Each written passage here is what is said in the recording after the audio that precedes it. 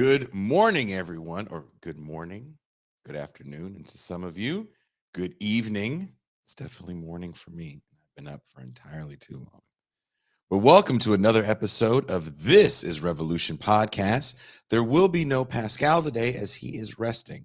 The Mau Mau man is in the long stretch for his Ramadan fasting, and we need to preserve not just the star of the channel, but our good friend and brother. So send some positive thoughts out to Pascal and get ready to see him Tuesday when hopefully we'll be speaking with Professor Andrew Hartman. That being said, if you're new to the channel, please hit the subscribe button. Please hit like. And of course, the notifications bell. Also, if you enjoy what you're hearing and you have the means and feel so inclined, become a patron. You can now pay for the year for as low as $30 and have access to all the bonus content. And we're doing another movie night this coming Friday. And when you're a patron, you get to be part of the call-in shows.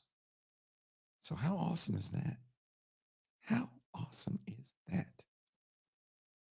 And if we get 1,000 patrons, we will have enough to finally get a new laptop.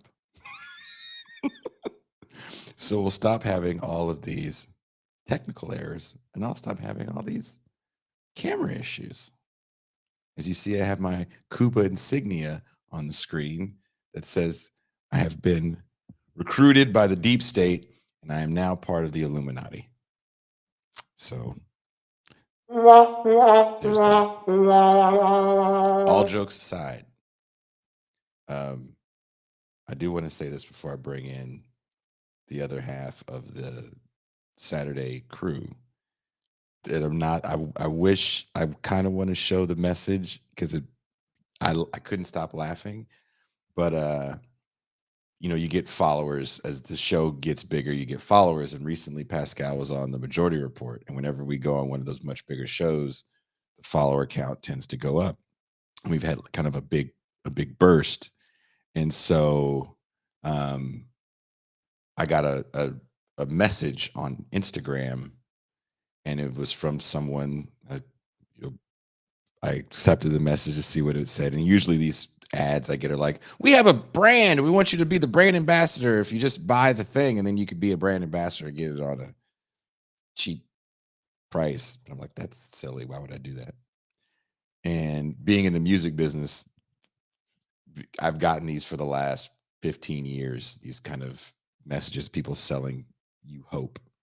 But this was one I've never gotten, where it was a recruitment message to be part of the Illuminati. They said that I had the academic acumen and I was charismatic enough to be part of the Illuminati and to respond if I wanted to join in the Illuminati. And part of me, this much of me, wanted to be in it just so I could get a secret handshake, because Pascal has a secret handshake because he's in a fraternity and he'll never show me what the secret handshake is. And that sucks.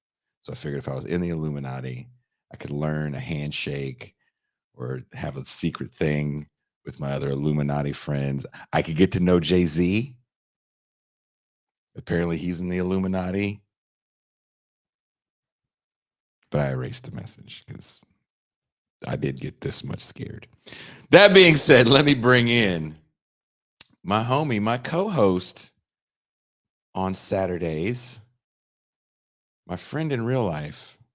He is Marcus of the Left Flank Vets. Hey, what's up? I forgot to tell you about that when we talked last night, that I really got a message. I'm being totally serious. I might have showed up either. Maybe that's why no one else is here. You shared the Illuminati story, yeah. and they're like, nah. We had a full show planned for today, and then last minute everybody was like, oh, we saw that you have under 10,000 subscribers on YouTube, so we just can't show it. You told them about the Illuminati. That's the thing. You're like, hey, I got an email. I'm almost in. And they're like, I can't fuck with this motherfucker. Like Pascal's like, hey, yeah, Allah, he called me, said I can't do the show tomorrow. He's busy. He said I gotta wash my hair. So dude, I saw that shit. I saw it because it came from like a regular. You know how usually, look, if you're a dude and you have social media, you're gonna get a request from some woman that looks like she just walked off a porn set, and then the next thing is going to be a message like, "You want to have sex with me, my friends? We want to have a blowjob contest. We want you to judge it." Like all these things are never going to be said to you in real life, and then hella dumb dudes like click it, and then they, end up getting viruses. If you're lucky, it's all part of a scam. I told you I watched that thing on Scam Rap that explained how all the scams work, right? Yeah. Which Christ. actually reminds me of a Key and Peele clip. When they where, were like, the rapper's like literally like said like, "No, I killed this dude," and he's explaining it all. And It's that dude. Hip hop in 2022 is like a living color Key and Peele Dave Chappelle sketch from 15 years ago. Hip hop is literally satirical. Postmodernism, right? Where it's just like just turning reality inside out, and it's just gross, but somehow interesting. It is. I think it's interesting.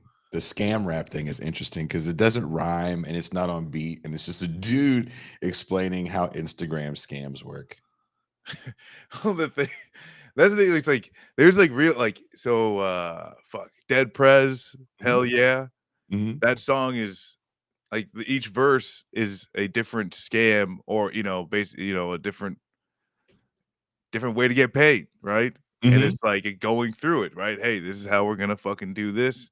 You need to fucking give me your fucking information. I go in there, like my ID's got your name on it, your ID's got my, what I'm saying. Then we go to the credit card companies and say what's up, and then when they come to find somebody, it's like, who the hell's that, right? Like that, and like it's a whole lot more articulate and nice to a beat. But this shit, what made the Scam Rapper even more interesting to me? Like the PR stunt that his label had done was they had a fake arrest. They found out that you could hire real off-duty LA police officers. And this is the great thing about LA. I'll take it back. This is the interesting thing about LA. Maybe it is great about LA. I don't Part of me is like, that's kind of great. It's part of the culture. It's good. It's what makes it. It really is part of the culture. Like cops being involved in show business is part of the culture historically, right? But you can hire off-duty cops to do fake arrests. So they hired off-duty cops to do fake arrests. They arrested the kid at a show, and then they just had the kid lay low for like 3 or 4 days, and then all these labels were hitting him like, "Can we get a feature from jail? Can we do this? Can we do that?" And I'm like, "You guys are all posers." Like, he got a fucking charge, but he got a charge for white collar crime. Yes, that's where we are. I love it. As a culture. No, like I don't know. That is a little bit more. I think.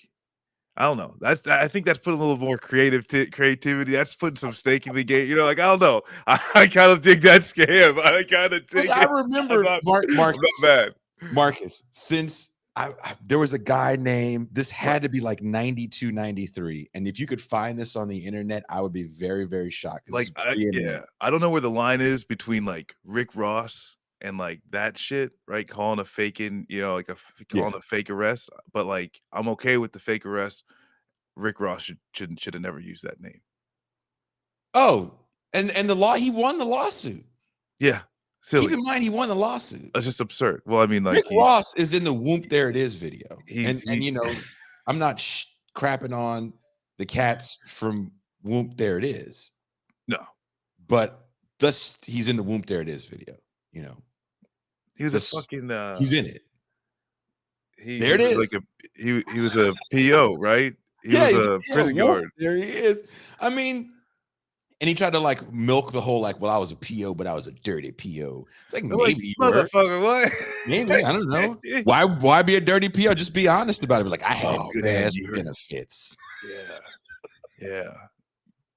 You fucking heard the new goddamn dirty cop rap talking about snorting the thin blue line. Oh, so badass, man! Shut the fuck up. Get out of here You with that. snorting lines of Viagra? This sounds like a Yeah. nightmare. Every time I see a sign, every time I leave my house, I see a sign that says Viagra, 20 pills, $20 or something like that. And I'm just like, God, having a hard on for that long seems like a nightmare for me. I'm 44, Marcus. I'm not trying to have a 4-hour hard on. Yeah, I mean, that's when you gotta call the doctor to, like, join in or something like that. What's the Doctor doctor to gonna join do? in. Yeah. What's the doctor gonna do? Take a syringe, empty it out? Kick me in the nuts. I don't know. Oh, yeah. But yeah, snorting the thin blue line to me sounds like a horrible, just all kinds of a nightmare. Well, don't be a cop. Don't be a crooked cop that does rap music, because that line has to be said in the debut album. There were cop rappers in the early 90s. There was a rapper in the early 90s. I don't know if he was a Muslim before he went in, but I think he converted to Islam inside. His name was Ascari X, and he did this song called, I believe it was him. He had a song called Hide Tonight, and then the hook was all the peck of woods better hide tonight. And he did it from like jail or something. And it was for us as kids, we were like, oh, dude, like this guy is like super hardcore. He did this rap from jail. And there was a few more people from the area that we would know that did these things from jail where they would say the verse over the phone. And you could obviously tell it was through the phone, and the homie made a beat for it.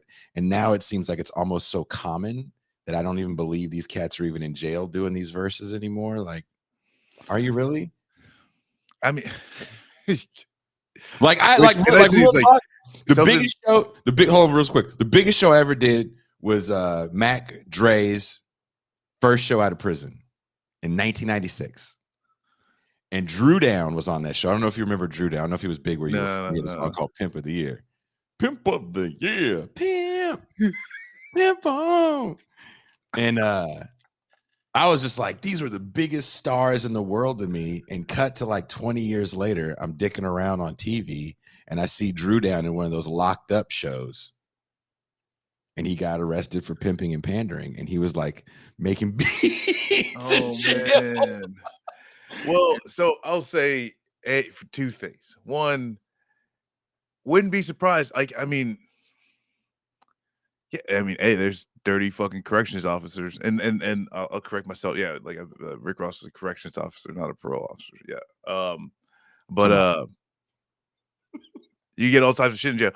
One, I know this one just goes like, hey, all the videos from prison during like COVID, and they got all these fucking packed people in there and stuff like that. They're still able to get phones in, get places, and like if there's one places where drugs are freely bought and sold, it's prisons, right? It's all part of the fucking supply chain.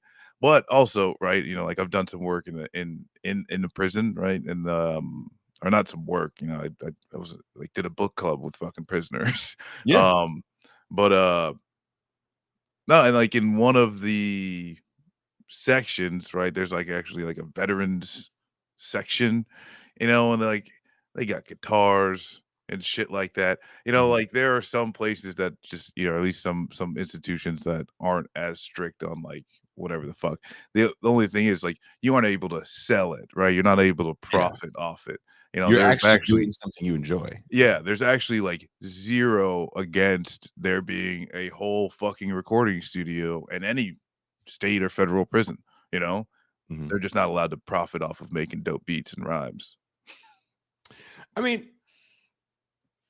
that sucks on one hand. On the other hand, I make a lot of music that I make no money on. And I play it on the show and it's whatever, it's fun. I get to make music for fun.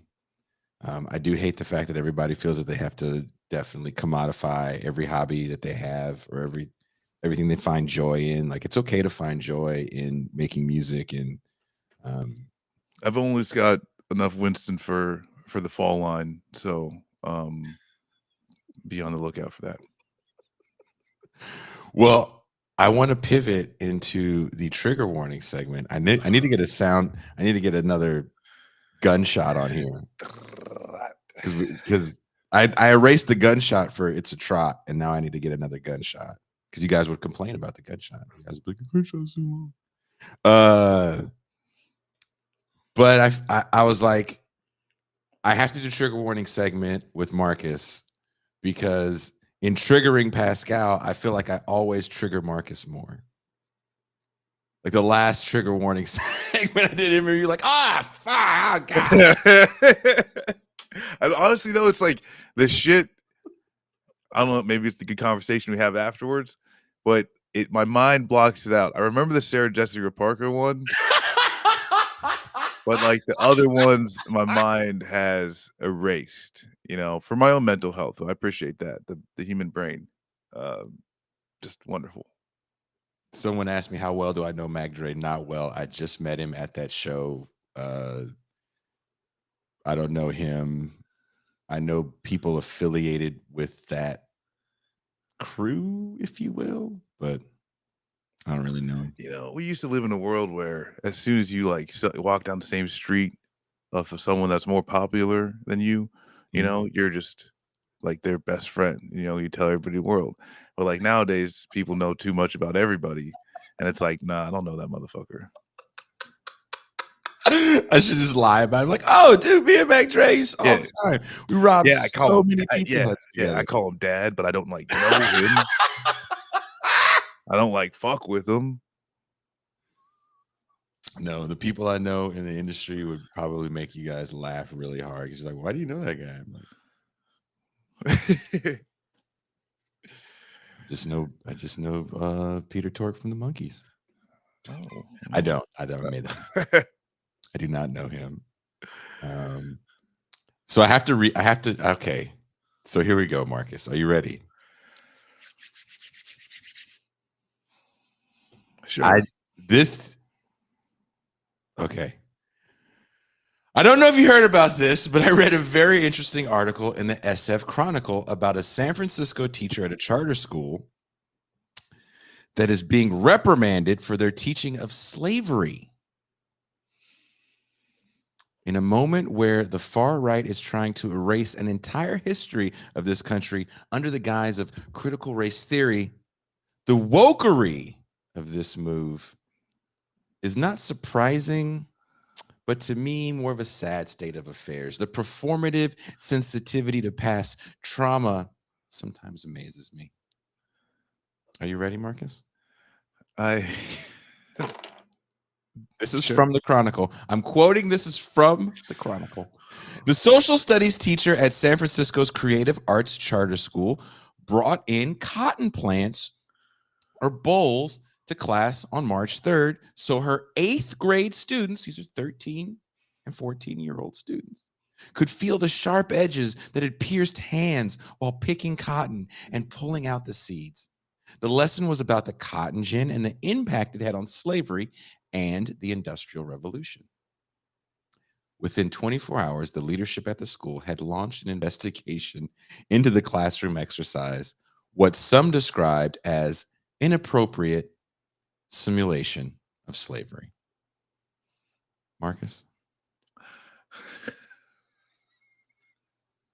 Now, when I first read the headline, if the teacher would have took all 8 black kids that were in the class and then handed out bullwhips to everybody, was like, now beat Leroy until you change his name to Toby, and then he'll know the pain of his ancestors. See, so I thought this was going in a completely different direction. Mm-hmm. So the teacher here, okay, so first off, the students are obviously, the most innocent in this story, okay? That out the way here. The teacher here, so you're saying brought in cotton, said, hey, everybody just feel it. Cotton, just everybody bowl. Touch it, feel it. Yeah. This is, what it is. Yeah. I mean, I thought he was literally going to like, okay, only the black people have to do this, like whatever. I that's where, this is trigger warning. So that's where like my mind was going.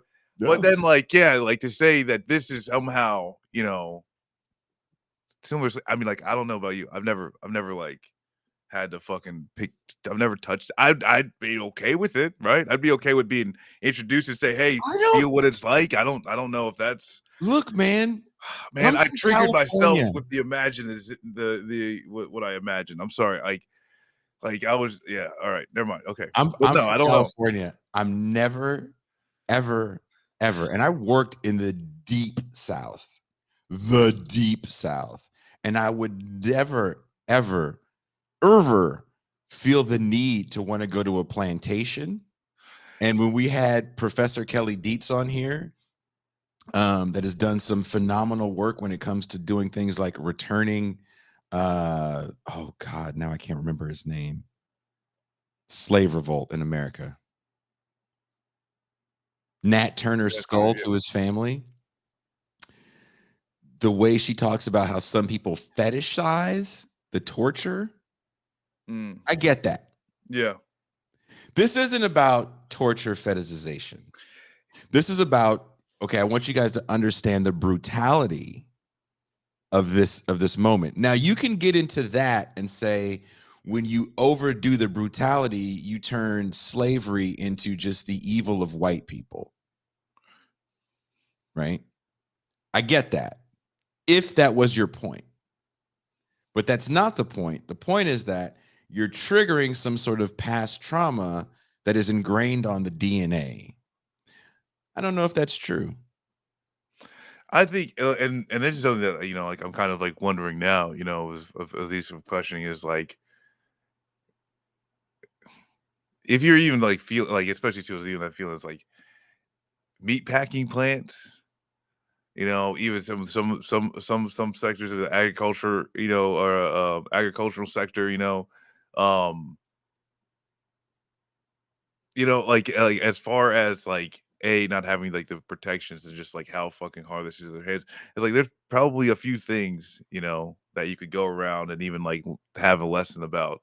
Um, this fucked up immigration system we have in this country and how people who like work so hard to feed us don't actually get anything. It's like look how hard it is to actually do some of this fucking work.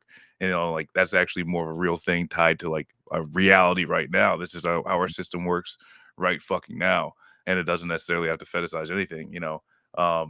Yeah, I don't know. I think yeah, like the fact that they're saying this is a similar, or at least a simulation of slavery. I think that is that's a little bit of a bridge too far. And like yeah, I don't know. And I Like and cuz I like are you going to talk about cotton? Like your shirts, can I touch your shirt? Like the shirts like saying even just like this is what it was, right? And then you come with this machine and all these things, like I don't know, it's not like she had the kids outside digging a ditch right? and was like, "You guys tired yet?" Like this Yeah. is what manual labor is all about. Yeah. I get it to a point. I don't think it's as bad as people want it to be because I don't think people remember their childhoods and remember what slavery was in a history book. It's like, maybe a chapter long and that's what 10, 15 pages, maybe 20 pages. And a lot of it is this happened, the Emancipation Proclamation came, it was over, and it was done. So the fact that we're in a moment where literally math textbooks are being redacted for critical race theory, which is just silly. And for those of you that are patrons, we actually watched uh, a short-lived HBO TV show that was literally based on Derek Bell's um, The Space Traders, which a lot of critical race theory is based in, right? And watching it with Professor Djene Magubane was fascinating because of her kind of rebuttals that she would have to these scenes that were supposed to be the oh my god gotcha moments, and she was like, "This is just silly. This is so based in a race only framework that it's ignoring the system in which we live in, as if capitalism doesn't exist." So if you're going to talk about slavery, and you want people to understand the brutality of it, that's one thing, I guess, but we can never separate the labor struggle, because if we strictly focus too much on the brutality of it, then it simply becomes the evil that white men do. And that's it. And it's way more complicated than that. But I get it. I get it. But I'm not done. There's more. I copied a quote that I found hilarious. On March 4th, the school's director apologized in a letter to families for the unacceptable, harmful, inappropriate teaching that did not reflect the school's anti-racist, progressive-minded curriculum. The teacher was not at the school for 5 weeks after the controversial class. Keep in mind, a lot of charter schools, not all, but a lot of charter schools don't have teachers' unions. The school declined to confirm whether or how she was placed on leave or disciplined during the investigation, but parents attributed her absence to disciplinary actions. When the teacher returned on April 15th, she issued a written apology to families. Creative arts parent Rebecca Archer, who is Black and Jewish, I went to school with many Black Jews myself, said the Cotton Bowl lesson was out of line and she was shocked to see it happening at a progressive school in San Francisco. Putting raw cotton in the hands of children, including students of color, like her biracial son, recreates conditions that evoke so many deeply hurtful things about this country. What? There are people who think this lesson plan promotes empathy. I've heard that and I understand that, she said. But there are a lot of people who don't understand why it's hurtful and offensive, unquote. I count me as one. I'm sorry that like little Brentonton had to touch something that may be a little adverse to his skin. You're like, what the fuck?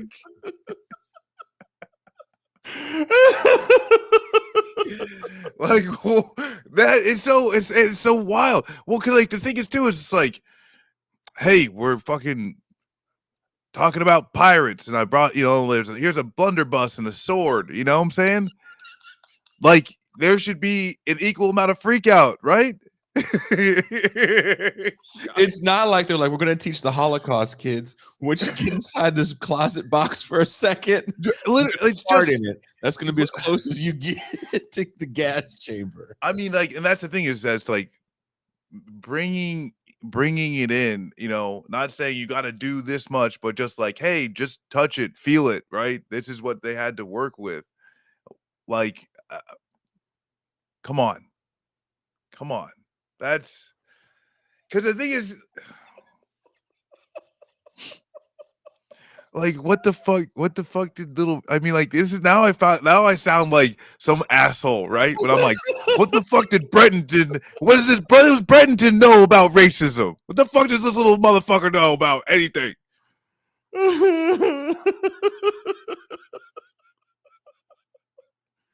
What's funny, again, what's funny is we're not talking about the systems.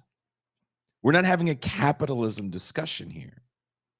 We're having a discussion about the brutality of a system, right?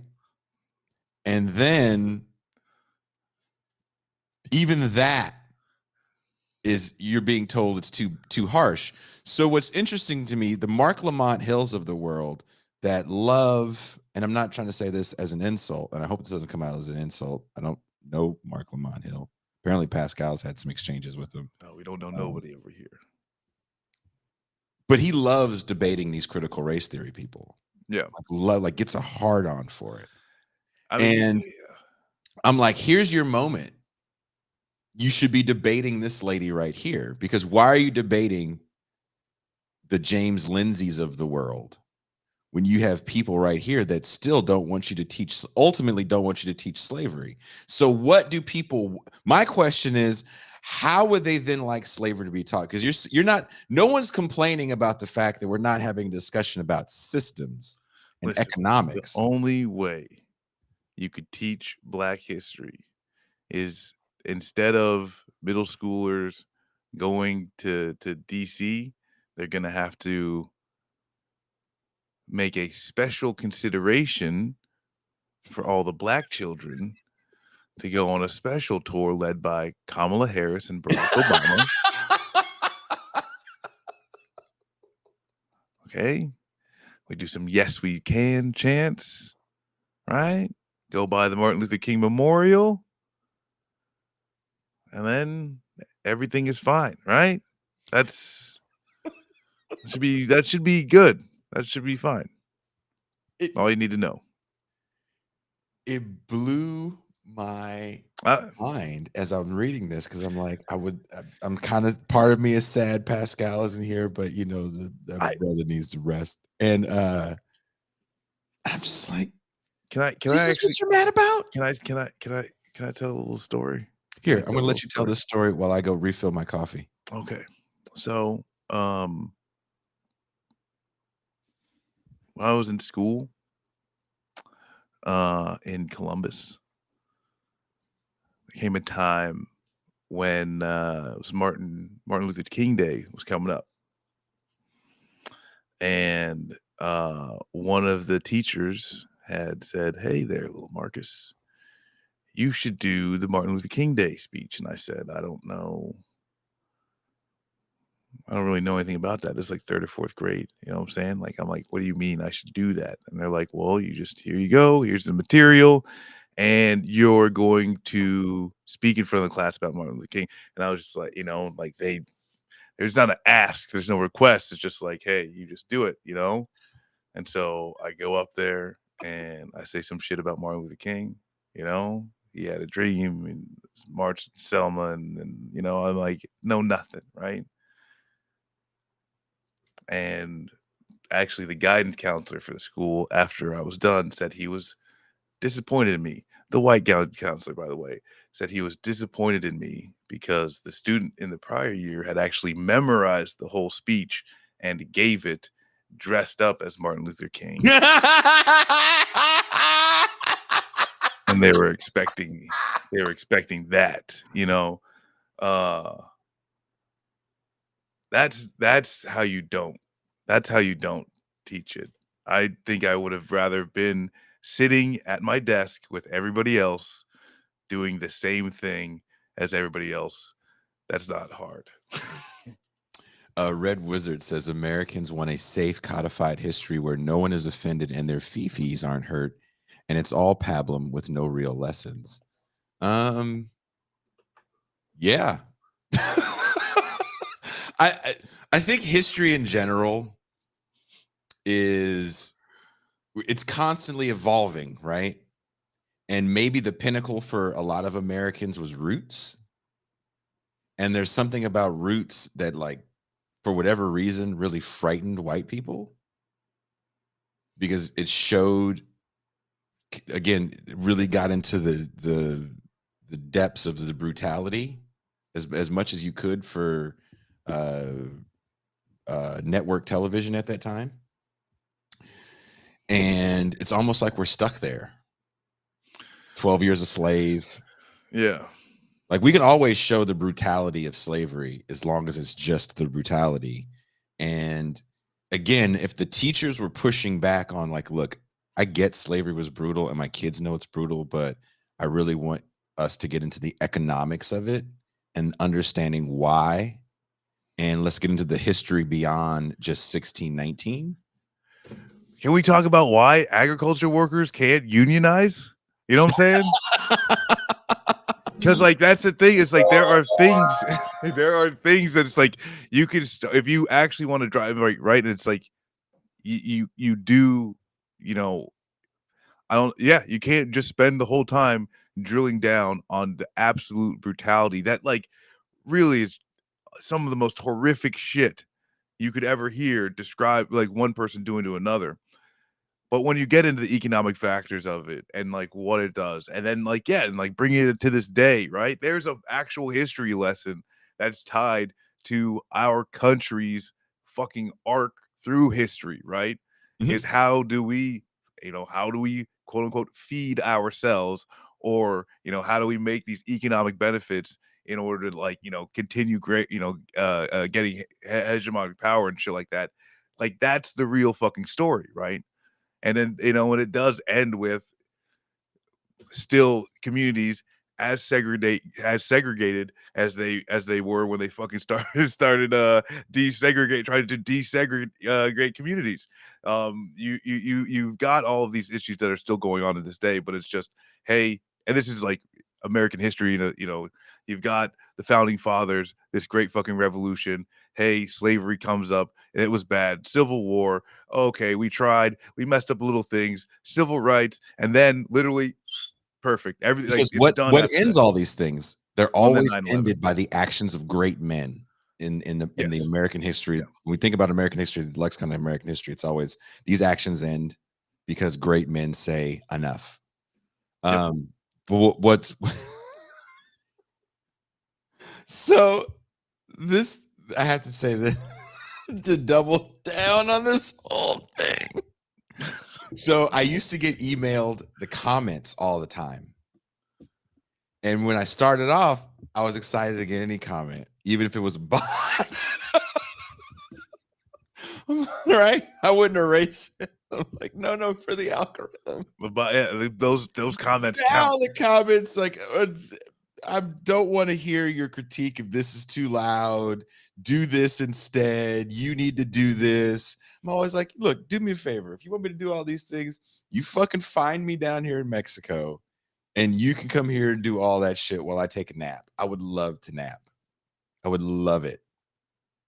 But until then, so now I don't get the comments anymore, but there's things I have to check on YouTube, and I give certain reports to the guys so they can see things we need to work on or whatever, right? And I have to upload these clip videos. And so there's a section where you can see comments. And like I have all these comments, right, that I haven't seen. So I'm like, oh, it's almost like peeking into a room. Oh, the worst. And so also that being said, only the guys only see the comments from the show if they literally look for the comments. And since they don't leave comments, generally no one from the show sees comments unless I send them something. And I will be honest, I only send stuff that is so incredible that I'm like, I have to show this to everyone. And someone left a comment where they said that slavery and capitalism have nothing to do with each other at all. Come on. And I was like, this is amazing. And before I could even get it, I was going to get a screenshot of it and send it to Pascal and Djene and Kuba and Stefan. And then not a fight, but an argument started where someone was like, can you explain yourself? And the guy responded, well, if you just read Marx, you'd understand that slavery itself and capitalism are not Oh, sweetie. so, Okay. so the dude he was like, well, can you tell me? He goes, Bless I've his read heart. Marx. Can you tell me? And the guy's like, well, if you've read Marx, what do I need to tell? Yeah, right? Oh, yeah. Perfect. Oh, perfect. I love it. Oh my god. I've sat there and read that whole thing, and I kept hoping for more. And I'm not even trying to be. I'll be really honest with you guys. I'm probably too honest with you niggas. I was writing comments to instigate it, but I would erase them. I would erase it. I'm like, I sat there for like an hour, Marcus. I wrote so many comments, and I just kept erasing it because I was like, no, I can't fucking do it. Do you have wait? Are you talking about too on like This Is Revolution account, or do you have do you have like a This is revolution? Oh god, yeah, you don't get in your own comment section, please. Oh I was just like, I have to write a response because I want the other guy to respond back. The only time I write responses is if people say things that are really, really mean. Then I go out of my way to write a response, and then I'll send a smiley face because I want you to understand that I don't take any of this that seriously. If you really want to fight me, we can always arrange a date. I'm totally fine with that. But no one ever wants to arrange a date because no one really wants to fight. It's easier to talk shit. So I'm like, I'm not gonna. Whatever. You're not that serious. Yeah. I don't have a burner account. I have the original LaFin account, which is me. I don't hide it. If you can click it, you see pictures of me and videos of me playing music. And that's the account I use to respond back to things on when we do stuff for the real news. I do that because sometimes people have questions and the real news never answers those questions. Like, oh, where can I find this show? This is Revolution. Yeah. So I respond back on that. Yeah. But dude, Marcus, you would have had to pull me because I was like, I just want more. This is so fucking funny. I just want more of this. There's times like on Left Flank Twitter where like, and like all of us of like who run that account have fallen prey when it's just like someone says just the most dipshit comment you could ever imagine, and you just can't help yourself. You can't help yourself. To this day, the greatest comment, I don't remember the kid that left it. I shouldn't say kid. It could be like an 80-year-old man. I don't know. Or woman.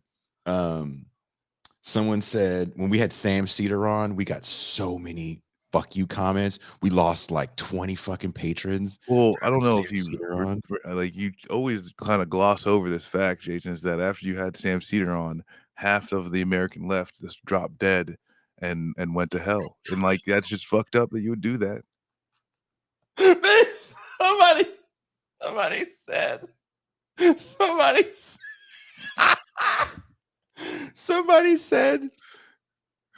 Somebody said, and what's funny is like, we all exist in the real world and we all know people that are like doing real shit. And when you do real shit, sometimes you don't have like a title. Like I'm a leftist. Like I'm too busy doing shit to give a fuck about what you call me. And someone was like, Sam Cedar single-handedly destroys leftist movements. I was like, word? Damn. That's awesome. Like that's like cool. Have we asked him to not do that?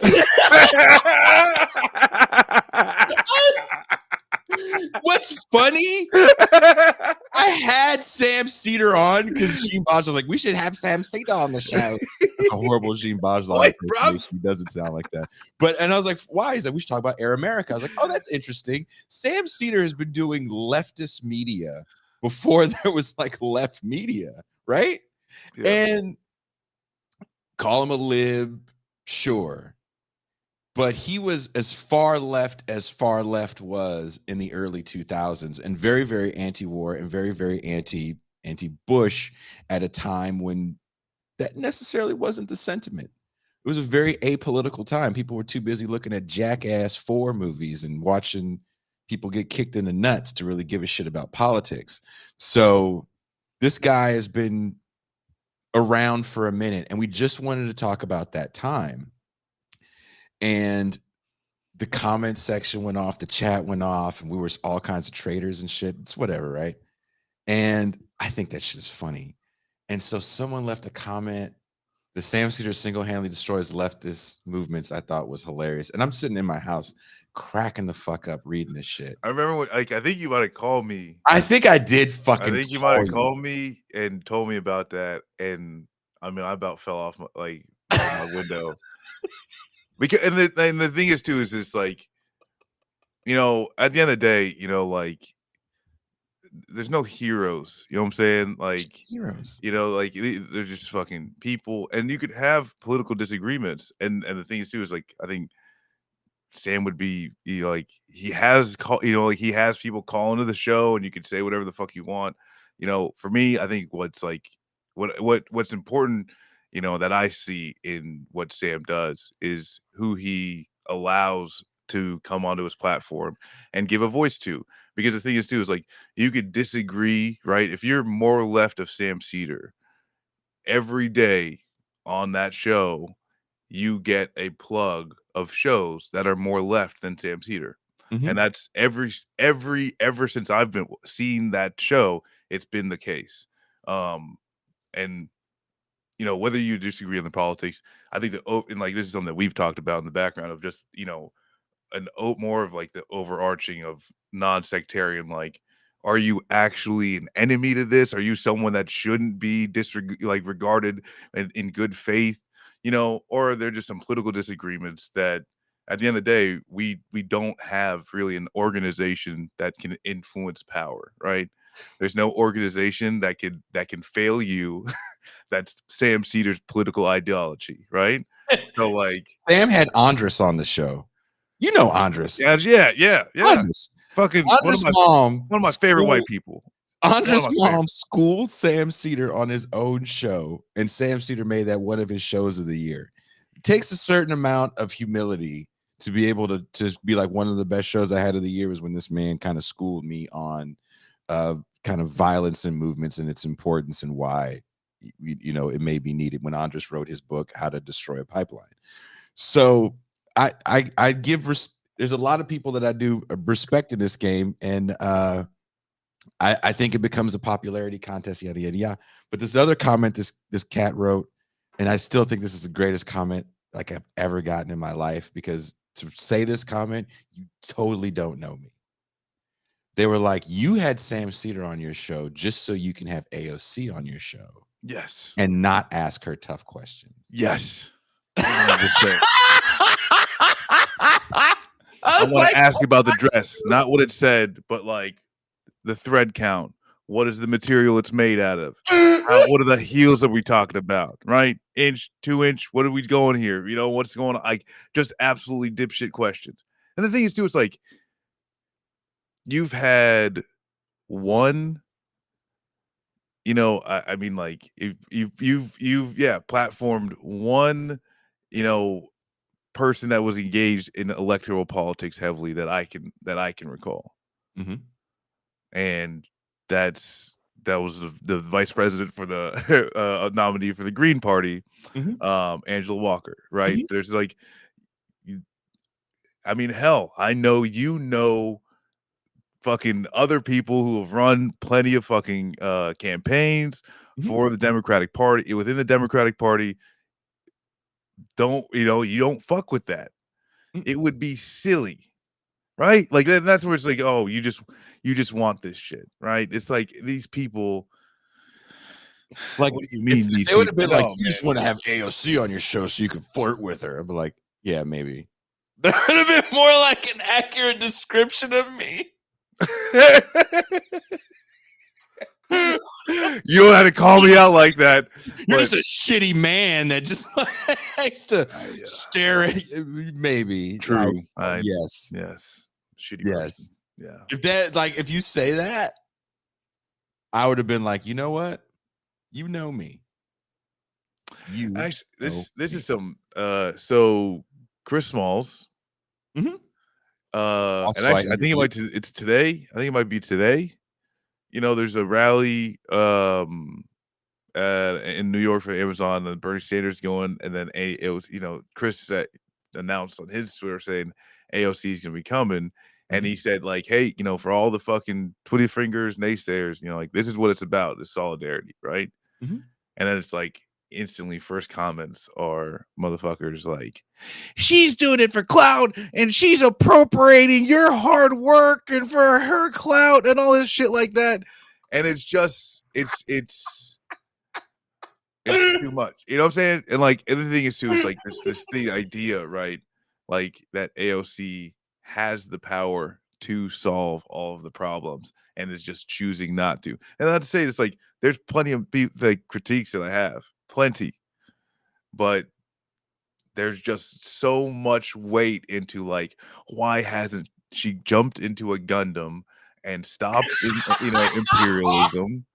Right? Like, why hasn't she waved the magic fucking wand and made Medicare for all, which wouldn't even guarantee Medicare for all would even really guarantee everyone like the healthcare necessary anyway, right? Like, oh, why won't she just do that? You know, it's like, no, we actually have to organize and build this shit on our own, Yeah. right? That's the hard thing. That's the hard Yeah. lesson, you know, as you go through all this, we got to do it on our own. They're not going to help us.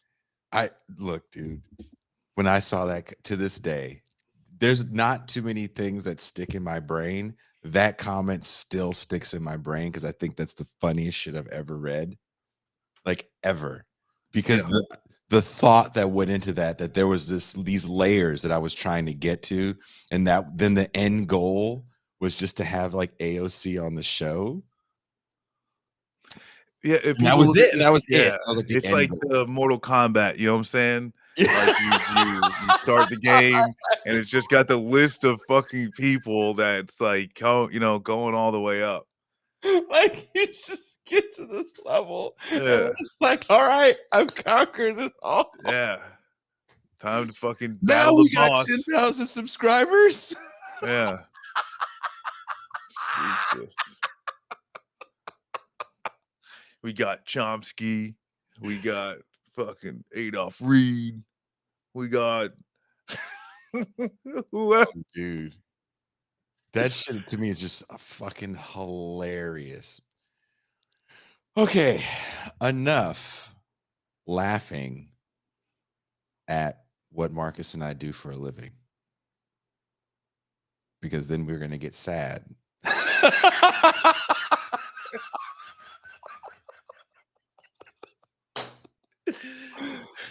And we can't have that. Yeah. Oh, and let me ask a question to the chat.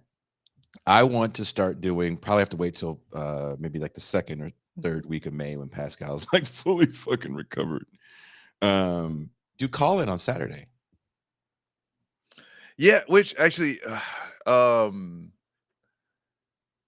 this is something I asked like my community and not a lot have like know or engaged with it, but like call in the app, we'd done a little bit of talk about this. Oh yeah. Marcus, can we say that? Can we say? Yeah, I think we could, like it's close enough. So You yeah, sure? fuck it, no one's Don't listening. say fuck. Look, No snitching. Hey, chat, no snitching. All right. numerous contracts have been squashed. Hey, well, this one's just like, hey, no big deal. No, but the show Revolutionary Tracks that I've been doing with Karthik, who like we were, like I met through you, Mhm. got picked up by by Colin. So $3 million house on the way, Porsche on the way, you On know the what I'm way. saying? Skiing trips, yachts. And so like all these Russian oligarchs, the yacht market, it's hot right now, baby. No, I get a few more dozen dollars to, talk about music with my good friend. And yeah, so I don't know. And that's something that we're, I think it might be easier, to get some of the back and forth. I know you have some trouble with the Google shit, but I'll put in a good word with the big boss man. Marcus is on call in. Burgess is on call in. Like everybody around us is blowing up. I'm okay with that. I had a great conversation yesterday with Doug Lane about the launch party for Sublation Media that we're going to be doing in New York in June. So as I get more details on like what artists are going to be performing and who's all going to be there, we're going to announce the first book launch. I'm totally excited about that because the first author is going to be spicy as all hell. So I'll have more news on that. And also there'll be more news on Ben and I have been talking about doing live stuff as well. So just more shit happening. More shit happening. More shit happening. I can't wait to fly because driving is frightening to me. I paid California gas prices. Man, which I don't know, like the title, like the masks and everything like that that's going on. Like they're repealing all of the mask requirements on planes, trains, here. So I don't know. I wore my shit, dude. And so in I Mexico, would. in Mexico, nothing's changed in Mexico, right? We got Yeah. masks, you get temperature checks, all that stuff still applies, right? Damn. All right. And I'm out. so I go across the imaginary line. Yeah. And the moment I go across the imaginary line, MFers are walking around willy-nilly, looking at me like I'm the asshole. Yeah. I'm like, whatever, dude. Yeah. I'm gonna wear this. You know, my son's gonna have his on, and we're chilling. Yeah. Which, and the thing is too, is like all these people who are like, but my freedoms now, which is always, what these fucking reactionaries do anyway, but it's like now me wearing the mask, right, is a problem. And it's just like, no, it's like, A, I don't want to breathe your hot fucking COVID breath. One. Two, I don't want you to see my face. How about that shit? Right? Maybe you don't get to see me. Fuck off. But it's no one's business, And the thing that sucks is like you actually now to make sure you got to get the good masks, the ones that, fit right and protect yourself. You got to make sure you get the ones that protect yourself because especially in the United States, like and for me, I remember like going to my grocery store when they first, went away with some of these mask requirements and stuff like that. Most people still wore their mask. Now that fucking hot girl summer is like setting in, it's like no one cares. And it's like, this is the same motherfucking building, right? Like, and I don't know. Numbers are going up, hospitalizations are going up. There's people involved with this show that have COVID. Like that shit is real. I'm not trying to get it. Knock on wood. I think Erica's gotten it twice. At least Erica's gotten it at least once. I think she might actually, she's gotten it twice. Oh, fuck that noise. And she's in Indiana too. So I mean, Well, the first time was when she was getting out of the Navy, I think. Jesus. It was like when she was first getting out and she's like fucking like got horribly sick, but young person, no big deal. Dude, look, I gotta pay for a test here in Mexico, and I'm not trying to get sick. So I'm wearing a mask and I sequester myself in my beautiful fucking apartment that overlooks the ocean. My villa. I live on top of a mountain away from all you sick people.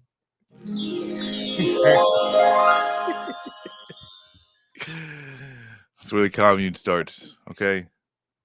I don't want you niggas near me.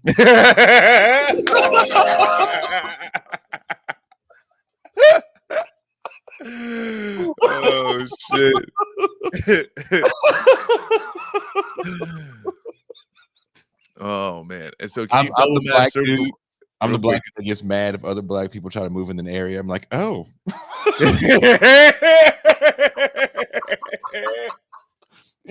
Susan, did you see this? Quickly, build a cross, quickly. Yeah. And someone's asking, like, can you double up surgical masks to be the same as N95? No. Okay, you cannot. That's not the same, It's not like condoms with extra protection. Just a joke. Just a joke. That's not actually true. Only wear one. Jason, I'm sorry. Can I tell a real condom joke? I'm gonna tell a real condom joke about me in Mexico, and then we'll get to the show. So everyone that's watching the show, I apologize. We had some guests planned. They couldn't make it. That's okay. Marcus and I think we're capable of entertaining you guys, and I will tell you one funny condom joke. Just one. I went to buy condoms here in Mexico. I do not speak Spanish. Therefore, I can't read it. Condoms aren't put away like they are in the States. They're put away like in the... No. I thought I bought just a regular pack of condoms. I bought a pack of flavored condoms.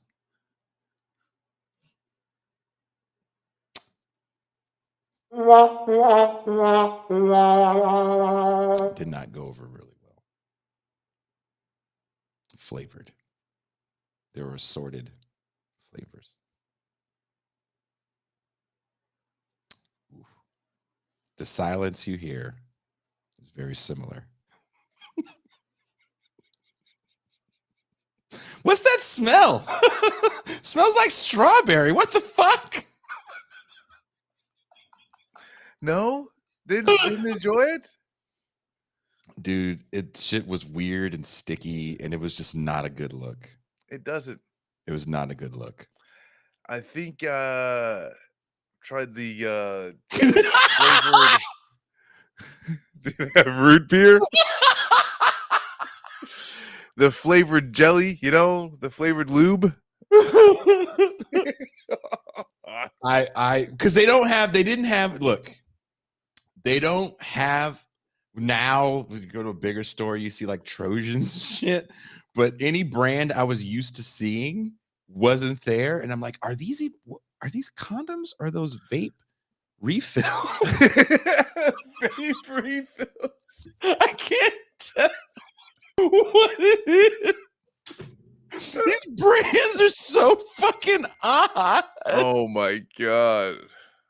Oh. My god. And I just got a message from someone that told me something else about condoms that I need to know. That the fire and ice ones feel like Vicks Vapo Rub. So yeah, throw those away as well. Yes. Why would they make the fire? Banana. There is banana flavor. I'm not even, look, I got it.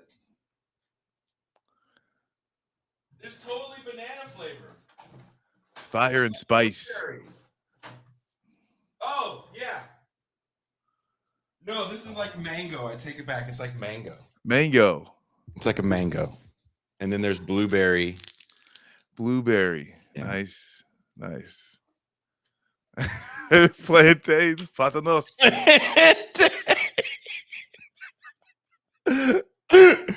True fucking story of why now any questions I have go through Google Translate.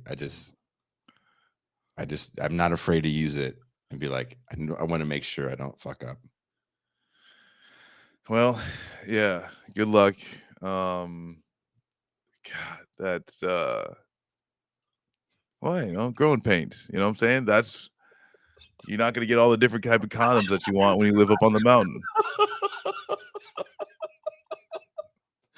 What's really funny is anyone watching the show right now, they're like, fuck is wrong with these guys? Sorry, guys. Being on the left sometimes is funny. Yeah. Well, and this is the thing, it was like there's not gonna be any learning done here, you know? There's no PhD, there's no Pascal, There's no Dr. Djene. Just Jason and Marcus talking some shit. Although there was something interesting that you did want to talk about that I'm supposing that we're gonna get to at some point. Yeah. Actually, we were talking about I wanted to talk about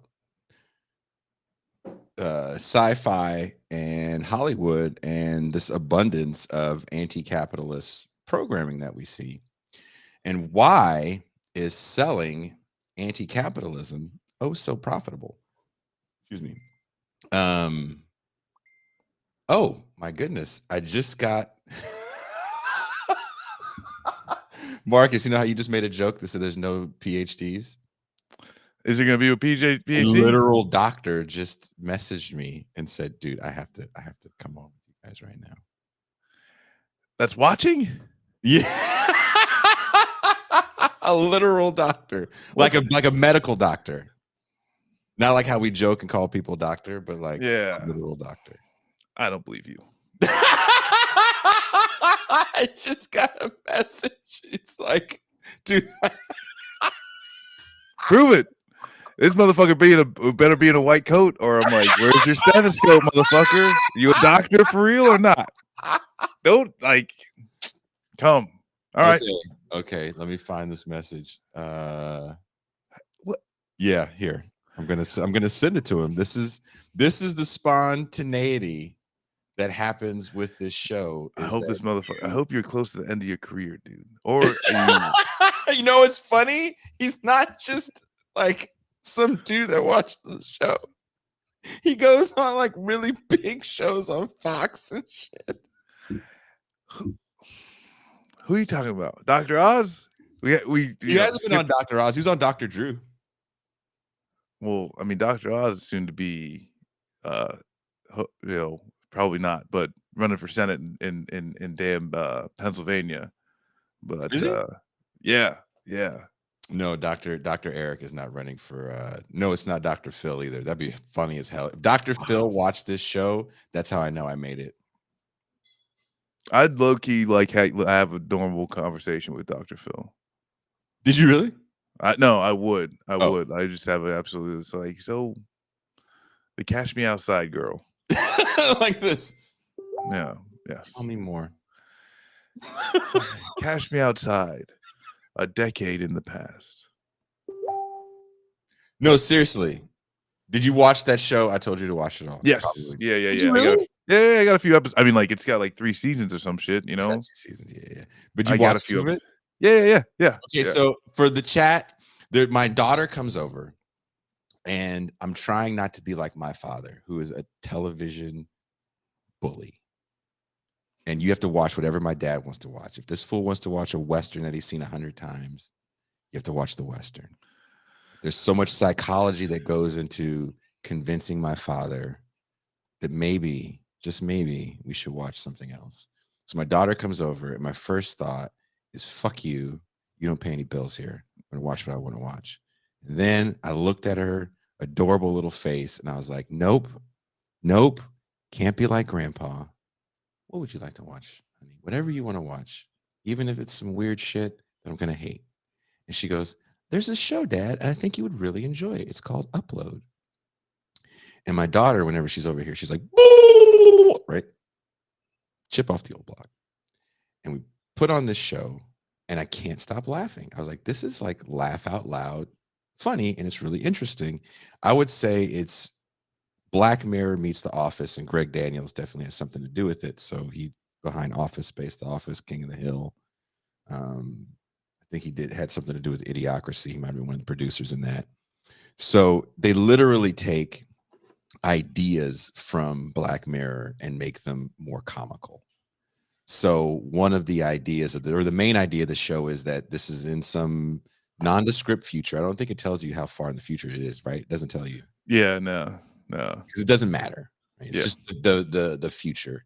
And in this future, there's self-driving cars and all kinds of shit, right? And the main character is everyone in the show, if you watch the first few episodes, they're just vain pieces of shit. And the main character is driving his self-driving car, and his self-driving car crashes into a truck, and he's hurt.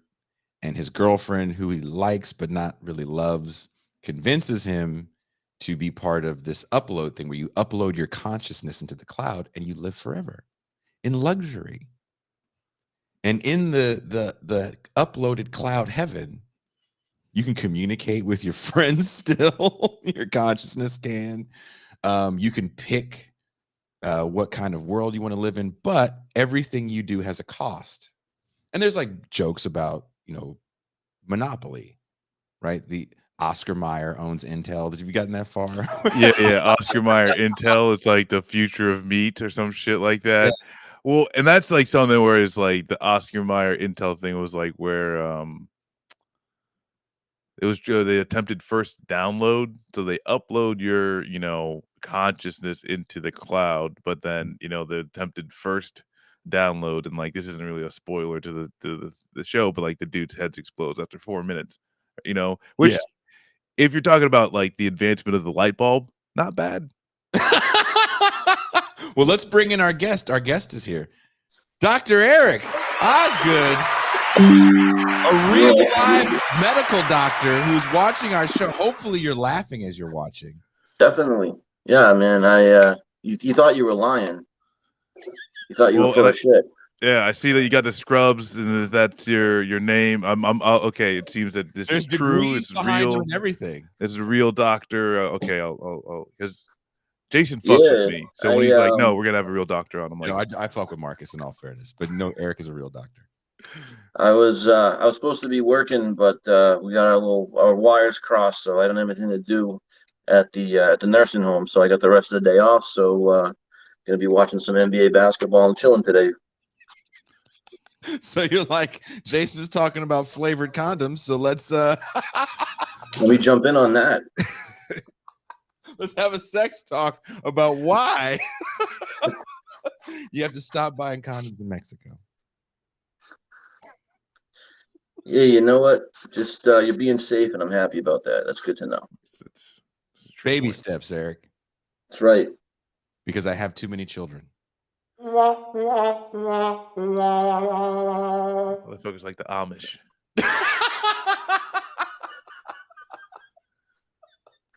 I do want to ask you a COVID question. All A right. serious COVID question. All jokes aside.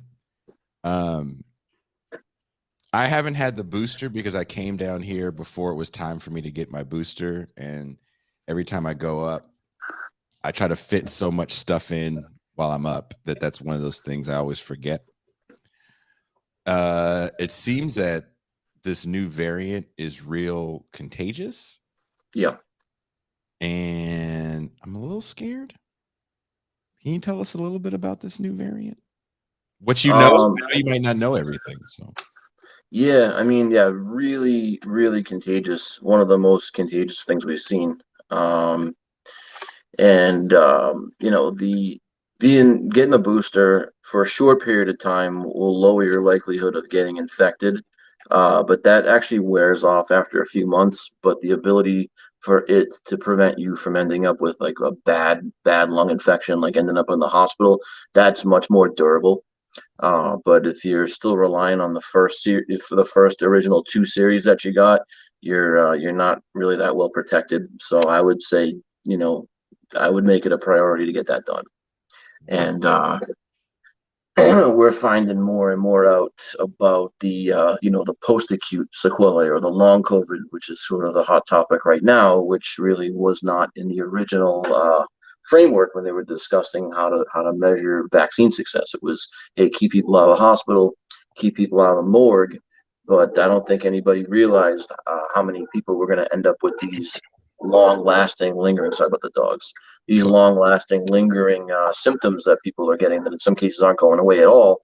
And it looks like if you're vaccinated, boosted, and you catch it, you're definitely a good amount less likely to end up with that syndrome, but you still have a decent chance. So I think avoiding this thing is the best strategy. I think the idea of like just get back to normal and you're vaccinated, you're fine, you're not going to be in the hospital, just let it rip.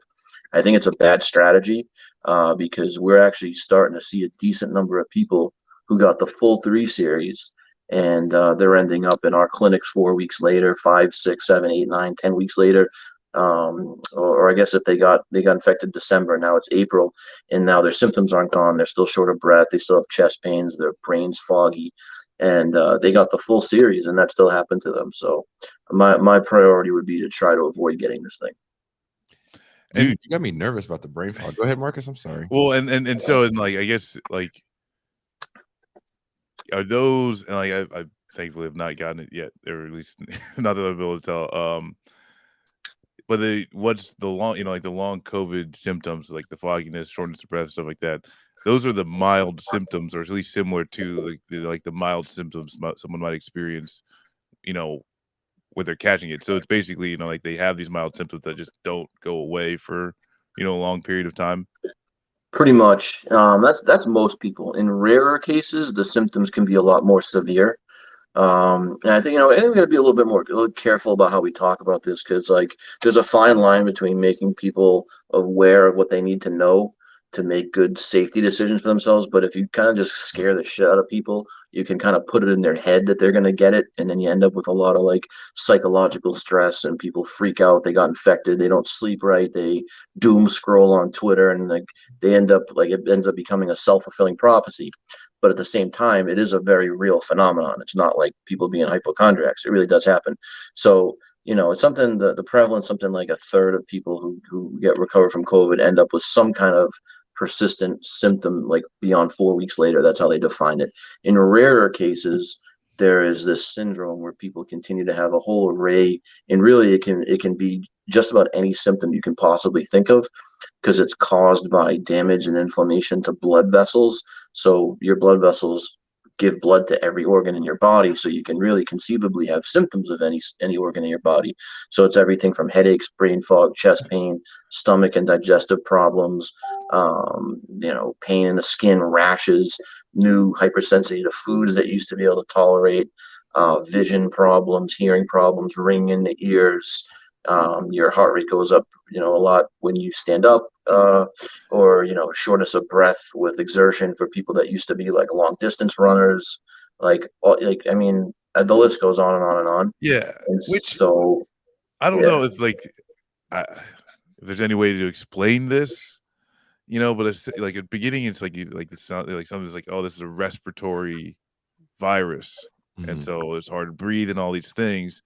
I've got friends that like, yeah, their lungs are almost fine, and then they got COVID, but their gastrointestinal issues Really? like exploded. Yeah. Really? well, Can you explain that? Is that something yeah, that's just like new, And yeah, also, Eric, I want to ask you this. I wasn't. Look, we're homies on a personal level, and I never want to bother you and be like, "Hey, my homegirl's kid just got COVID. She should be alarmed." Like, but I just wanted to know also for people like kids under 10 that are contracting it, what symptoms are you seeing, and what should yeah. parents expect? Yeah, I try to be a little careful weighing in on that because I'm not pediatrics trained, and I don't really see kids. I'm not family medicine, so I, by definition, see 18 plus.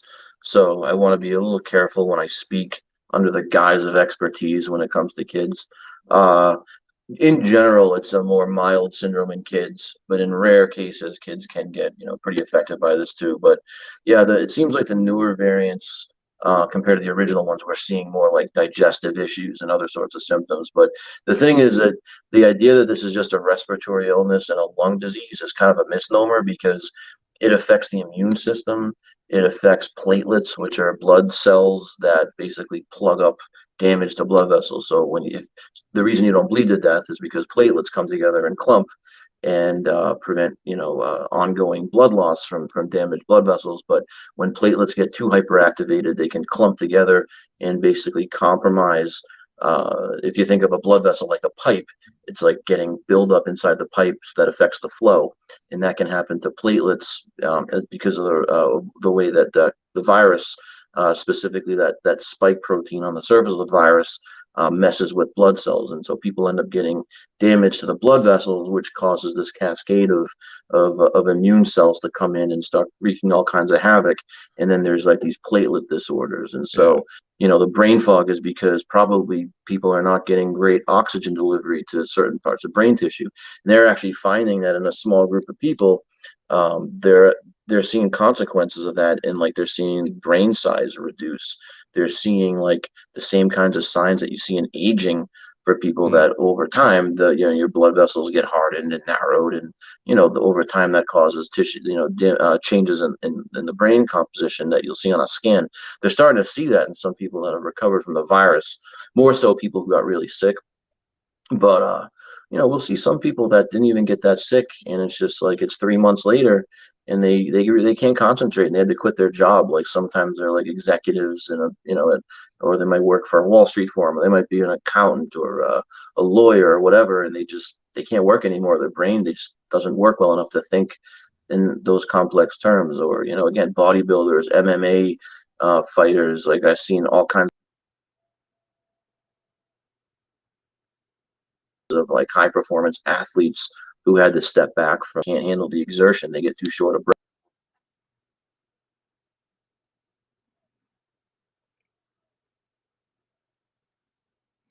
Coming in and out. Did he get caught? Eric? Is he Yeah, it paused? seems. Okay. Yeah, it seems like there's. Oh, yeah. Looks like he's got a bad Yeah. connection. You might want to refresh your connection, Eric. I There is wonder a 100 now. likes challenge going on right now, guys. If we get 100 likes, we will get $100 super chat, which goes a long way to keeping this channel afloat, enabling us to do things like the free show on Saturday, enabling us to get people like Dr. Eric on the show, and See, the deep state cut him off. And that's like some of the that's wild, and I'm happy. This is like the first time I've heard anyone really explain And the how exciting COVID thing is, we think just we fucks up your whole body, and it's not just something that it's like, oh yeah, you can't breathe. Because a friend of mine had ended up getting positive, but there wasn't any. We breathe fine, just felt like a little fever one day or some shit, like largely not bad. But his intestinal issue, gastrointestinal issues, like he ended up having to go see like multiple doctors for it. That's how COVID really, like fucked him up. But I don't think this is like something that's translated to the public much. Oh, now his volume's out. Uh-oh. I think he's doing this on his phone, in all fairness.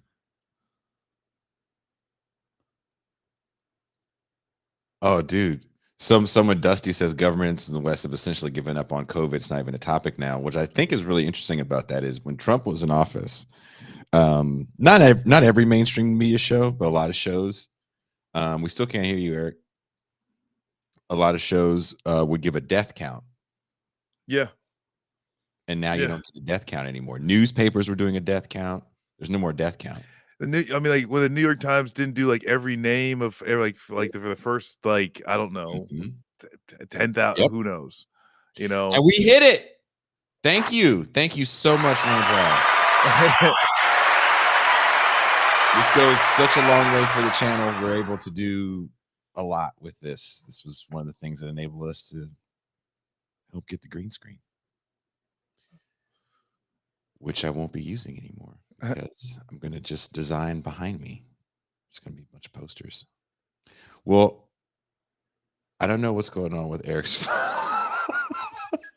Just to let you know, not all doctors are rich. Eric's got a metro. Oh damn! That's why his connection's so bad. I mean, he mentioned nursing home, and so, it's just one. You already know, like if you know how it works, you already know what it is. You already know what it is. It's just one of the things that he does. It's just one of the things that he does. When he said they didn't need me at the nursing home, I was like, I know exactly what type of doctor this dude is.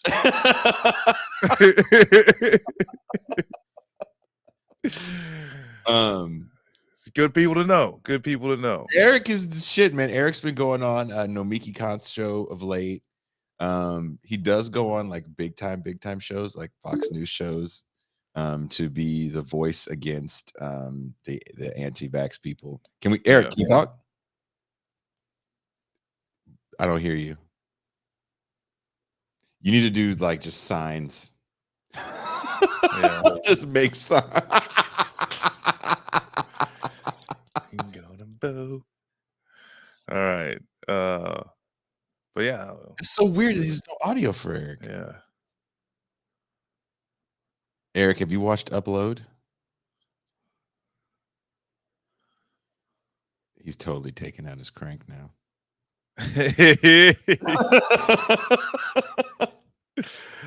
Well, I don't know. Yeah, the upload. We can. But what I found, there's a few things that I found really interesting, and you haven't watched the whole thing, and it definitely goes and makes a shitty right turn, in my opinion. But what's interesting about the show is the fact that the afterlife would be commodified.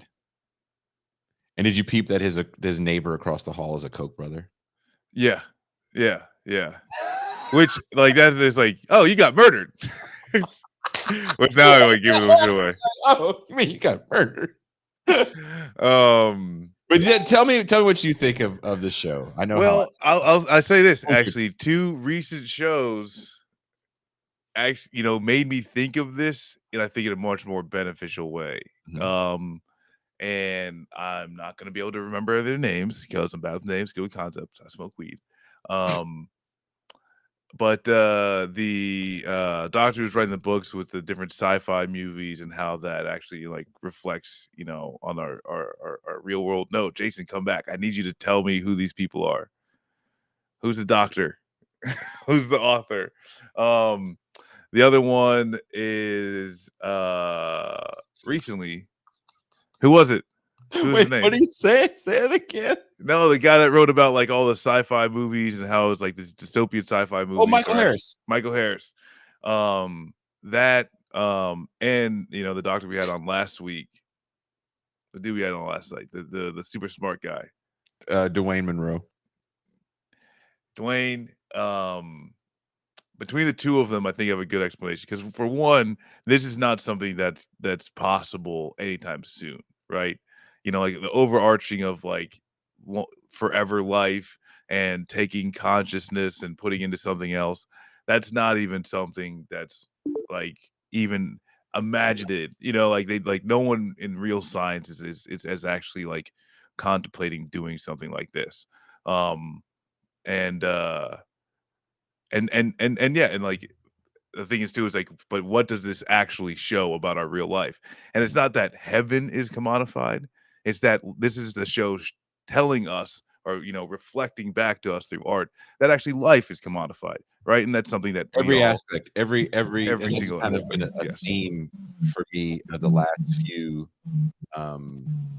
weeks, if you will, is that every aspect, especially after the video essay, I had to do so much research into Bill Gates, that every aspect of human interaction is commodified. And I don't think that we really understand that we're even commodifying things like just basic friendship with apps like Venmo and Cash App. And it's to see the future through this lens of satire, where if you want to do something in heaven, you have to pay for an extra subscription fee. And if you keep watching the show, one thing they really get into, and this is another thing we don't talk too much about in these circles, which we really should talk about, is the fact that his girlfriend, who paid for him to upload it to the cloud, can easily have him erased if he doesn't agree with whatever it is that she wants to do. So it really speaks to the unequal nature in relationships, back to the whole commodifying every part of our life, that we don't understand that sometimes, when we think about homemakers, for example, there's no price you can put on a homemaker, someone rearing a child. But in the system we live in, there's rewards given to the person that pays the bills. They are the head of household. That's how we look at it. It's not a partnership. And when we look at it through that lens, it's still very transactional, that relationship. So even in this man's relationship that he has with this woman, which is extremely superficial, she's like, but I love you and I pay the bills. And because I love you and pay the bills, I'm literally going to control every aspect of your life. If there's anything you want to do, you got to approve it with me first. We don't really think about that too much when we think about the way our own personal relationships work. And I found that very interesting about that show, because it's definitely buried into the subtext of it. And sometimes it's buried so deep that you just see it as a selfish woman, and a very, very, kind of shallow man. And you don't see just the everyday nature of the way we view most relationships. I'm not even going to say heterosexual relationships. I think just relationships in general. If there's one person that makes more money than the other, sometimes we look down on the person that doesn't make as much because they're not contributing. And this is kind of an important conversation for us to have if we really want to get beyond the system in which we exist in. Because the system we exist in is one that is extremely transactional. When you watch a movie like American Psycho and you think about that ending where the realtor is just like, yeah, we cleaned up this mess because we had to sell this property. Like that, you clean up a murder scene to sell a property? That's insane. That's insane. But that's the world in which we live in, where every single aspect of our human interaction has to be transactional. So, what are your guys' opinions on that? Well, I think and I agree, and like there's like a few of the aspects of the relationships in the show overlap on like a lot of these, actual relationships in our real life, and whether it's spousal, whether it's parent and child, you know, these are also some things that like, and maybe more of like like teenager, like an older teenager, and their parent, and some of like the economic conflict that can come with those relationships, and even that dynamic, uh but yeah, it's everything being commodified. The thing is too is just like how individualized that show is like is like kind of like that's kind of the precursor, right? It's like you got the Ubers and all these things, you know. That show does a good job of pushing that type of like individualized everything. But hell, I saw a Bloomberg article saying we're going to be renting phones, right? Phones are too expensive. We're going to be renting them, right? As if that's going to be cheaper, right? Poor people are going to get fucked over, and this is going to continue on and on and on. But yeah, I that's some this. I think like I agree, but like that's some, as far as how do we get past this? How do we recognize this and kind of be able to like literally pull out of it, right? We need to be able to pull out of this in the real world in a real sense. How we do that, I don't know. I thought the Venmo thing you brought up was interesting. So if you think about if me and you go out, and back in the day you did this, you go out with the homie, maybe you don't have a wallet, maybe you don't got it this week. Sorry, man, I'll get you next week. I'm in between paychecks, and you go, don't worry, I got you. Right. Next week, the homie takes you out. That's how we've lived forever. Venmo goes, I'll Venmo you money. Right. Hey, the bill's coming, I'll Venmo you money. So this kind of relationship that we had that was like whatever, we didn't really care about it. It wasn't important to us who paid the bill or how much one could contribute to the bill. Now, someone's going to take a cut of our relationship. Yeah. We have to have this transaction now. It's like now, if I'm paying the bill, I'm not tripping if I'm paying the bill, especially if I ask you to come out with me. That's just the way I am personally. But now it's like, you got Venmo? You got Cash App? I've been out with so many people. That's the first thing they say when the bill comes. You got Venmo? You got Cash App? How do you want to do this? Like, why is this a big deal? Yeah, I mean, I've had that like at work. If I'm doing an overnight, and some of the nurses and me, whatever, we're gonna order out because nobody had dinner, and like I'll pick it up. And you know what? If you got cash on you, great. If not, whatever. Like maybe you get me next time. And there's a kindness to that. There's like a relationship building in there, and like almost like a not even a trust, just like a hey, we're all friends, and you know what's money? We're taking care of one another, so we can all get something to eat. And now it's like, oh, I'll vend you my $6. I'll vend you my $8.50 for my salad. And it's just, yeah, you're right. It turns it into a very transactional thing. And Remember when you would do that favor for everybody at work or whatever, like, oh, I brought pizza for everybody. And then maybe somebody goes, because you brought pizza, I made these brownies that everyone likes. Oh, thanks. Thanks, Susan. Fucking love these brownies. I'm forced to have to build a community in the country that I now live in because I don't speak the language. So when I do meet decent people that help me out, I try to do everything in my power to then help them out. Sometimes it can be monetary.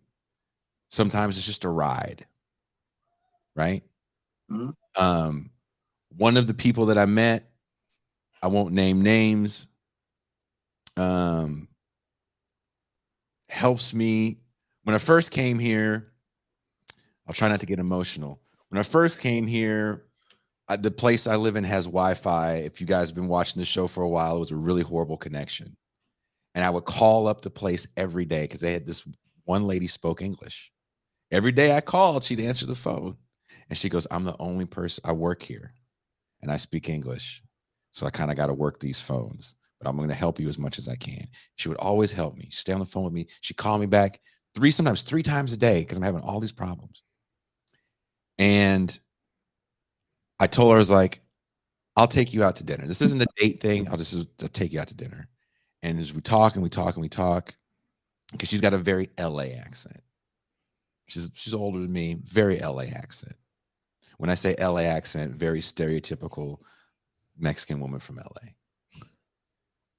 And she tells me why she's here. She murdered her boyfriend. She got deported. She came here when she was 3. So she had no say-so in where she wanted to live. It was not her choice. Right? She paid her debt to society. She served her entire term. 25 years. All her good years. All her childbearing years. Inside prison. Still has to live with the fact that she did this thing. Every day. But she helps me out. She translates for me. When I have to go see my kid, I can't even sign up for Wi-Fi or to pay my bill online because I don't have a Mexican phone number. It's part of me just being lazy. She goes, Jason, don't worry. Just give me the money. I'll pay the bill. The place is right around the corner from my house. Give her the money. She pays the bill. She sends me a receipt. Thank you. If I need to go somewhere, I need a translator. She translates for me. That's community building. And there's a few people that are like that around here where we try to help each other out. Right now, cross our fingers, we're trying to get her a visa so she can cross the border for the first time since she's been out of prison. She went in at 21. She has not seen her home. She's in her 50s. She doesn't know what Target is. We don't have it here. She's never been in a Walmart outside of Mexico. That's not necessarily bad. No, but it's I mean, there's amazing. life it's things. Amazing, yes. But I tell that story because she was just she called the other internet provider for me so I could get better internet. That ain't never gonna happen here. You're not gonna call Viacom, be like, I got problems with my service. Like, don't worry, we're gonna hook you up with, Comcast because they're better than that. That's never gonna happen. Yeah, no, I think, that's something. Even like going back to this show, and the commodification of relationships and stuff like that. That's something that's like with the lady that works at the heaven server. The angel. Yeah. The angel. She works at the heaven server, place. And that's something that's like, hey, someone comes into the store you're working at, like you're only nice to them to get the 5, now it's like they get the 5-star rating, like you're only trying to be, and like Uber drivers, right? Uber drivers, same way. Because like that's the thing is like, as long as I'm not sitting in, blood and throw up, and it's not too cold or too hot, it's like if you get me to A to B, like that's 5-star. I really don't need a conversation. The mints and the hand towels and the little, like there's all like people have like just gone crazy to decorate the cars because just getting a ride has to be a rated thing, right? A 10-minute trip down the road has to be rated. And that's someone's livelihood, right? That 5-star rating for an Uber driver, it means a lot. I knew a guy who used to play with Larry Graham. If you know, Larry Graham is the bass player who got Prince on the Jehovah's Witness kick. And this dude played trumpet with Larry Graham, and he lived in a hotel with his mother, who just recently passed away a few years ago, actually. And his income when he wasn't playing was driving at Uber Black, and he had got a bad rating because the directions told him to go one way, and he knew a shorter way. So he went the shorter way to drop the passenger off. The passenger saw him go a different way and assumed he was trying to like milk him and gave him a bad rating. And he couldn't log into Uber Black, and you have to drive so much regular Uber before you get back into Uber Black, and it hurt him. This is a guy that lives in a fucking hotel. Like, how does Yelp reviews affect your business, Eric? For me, not too much, just because I'm mostly on in the inpatient side. But for colleagues of mine, it can be a big deal. Yelp, Health Grades, Doximity. Somebody's not happy with you because whatever, you didn't give them something they wanted or whatever. They can go and write a scathing review, give 1 star, and a handful of those can definitely affect their ability to pull new patients into their practice. And I don't know. I think that's a whole other conversation, which is, is the delivery of healthcare a sort of a commodity service, which is what they're trying to treat it, like a customer service business, which is how, hospitals and all the private equity taking over all the health practices want to treat it.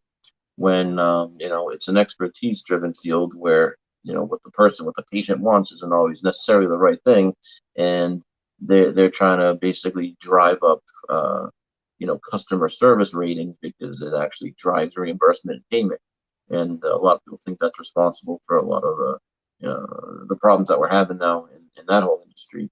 Well, can you speak to that real quick? I mean, I don't want to take up all of your day, but I think that's fascinating. I don't know anything about this world, so please tell me more about this. You're saying because of the commodification of the way we view healthcare, and the private nature of healthcare is just so customer service based that if a customer says, well, maybe I do need this procedure.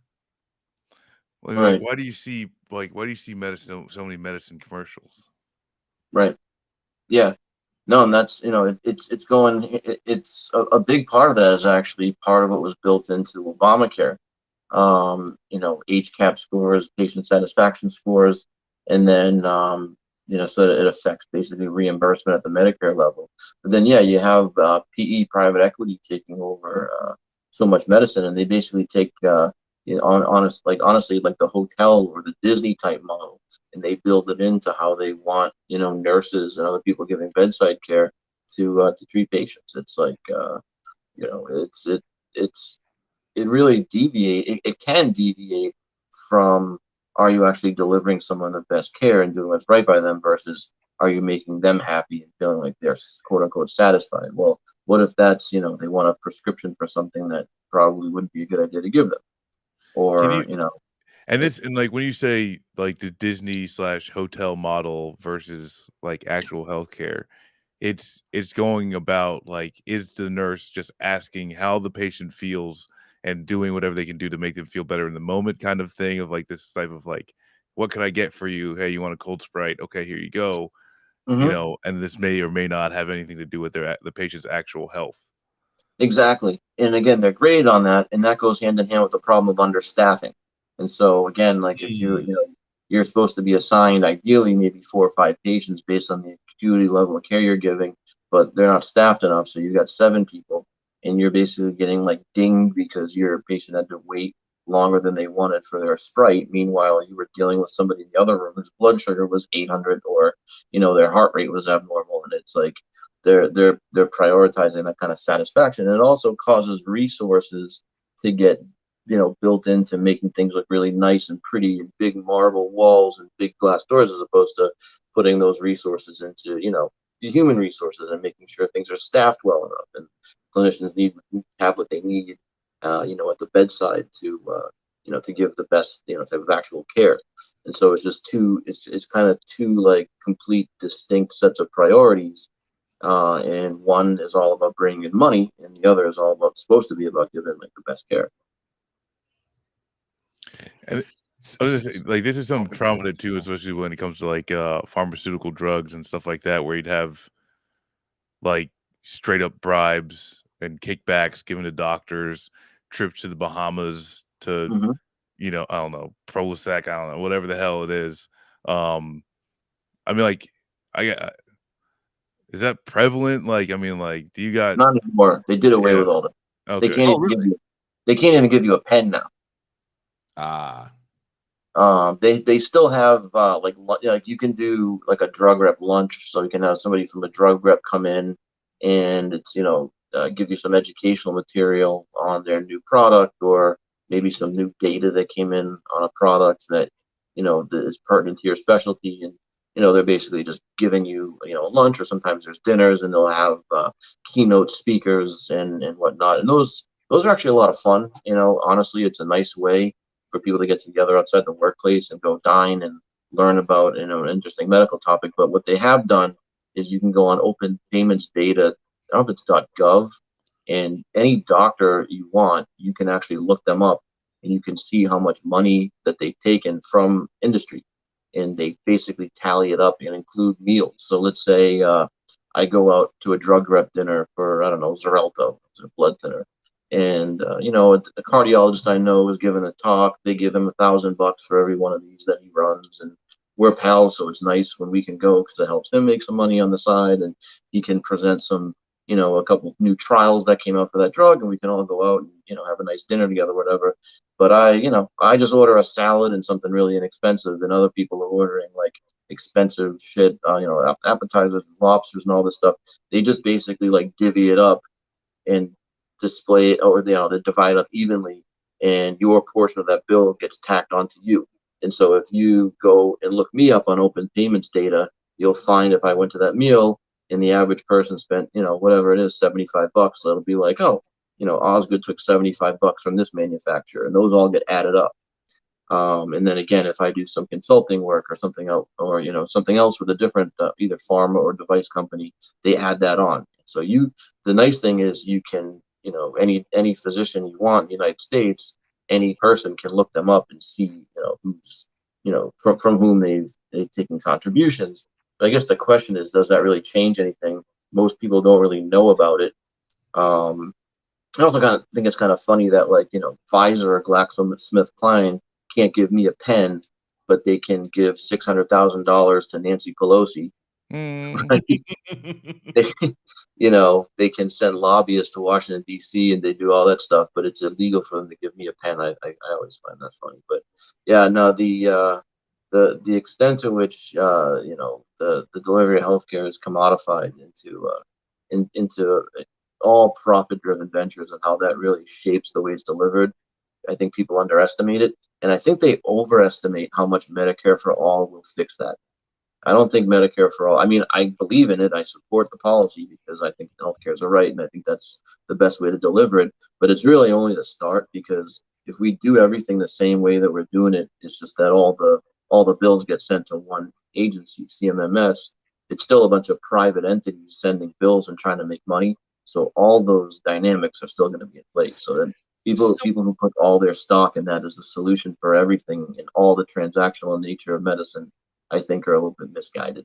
can we? I want to take as much advantage of the time I have with you as possible, Dr. Eric. And we've said it before on the show, I believe your first time on here, that Medicare for all is not the end of private medicine, Right. as Medicare is not the end of private medicine. Can you explain why Medicare for all is more of, It's a sometimes I step see in it as like a hot saying, great hashtag, more than it is. Mhm. It's the base where we should be, and where do you think we need to get? Yeah, I mean, really, when people talk about Medicare for all, they mean Medicaid for all. But Medicaid for all with the coverage that Medicare gets you. I mean, if we did Medicaid for all, I don't think most practices would survive, because you just can't. You can't basically keep a roof over the head of a practice just based on Medicaid reimbursement. But Medicare, you got to remember, like, does not cover all of your expenses. It doesn't cover all your healthcare needs. doesn't cover a lot of long-term care. So, all the things that they want to add to that, dental, long-term care, et cetera, prescription drug coverage, it's no longer really Medicare anymore. So it's more just poetic licensing when they call it that. But, in addition to doing that, I mean, that's just the basic first step. It's just cutting out a needless, middleman, basically that's leeching money out of our pockets to line their own, just so that we can all put our money in a big pile, send it to CMMS so that they can just basically pay for everyone's healthcare, negotiate drug prices, negotiate other reimbursements. Great, that's all well and good. But I think the other problem is now you still have private equity that's taking medicine over more and more and more.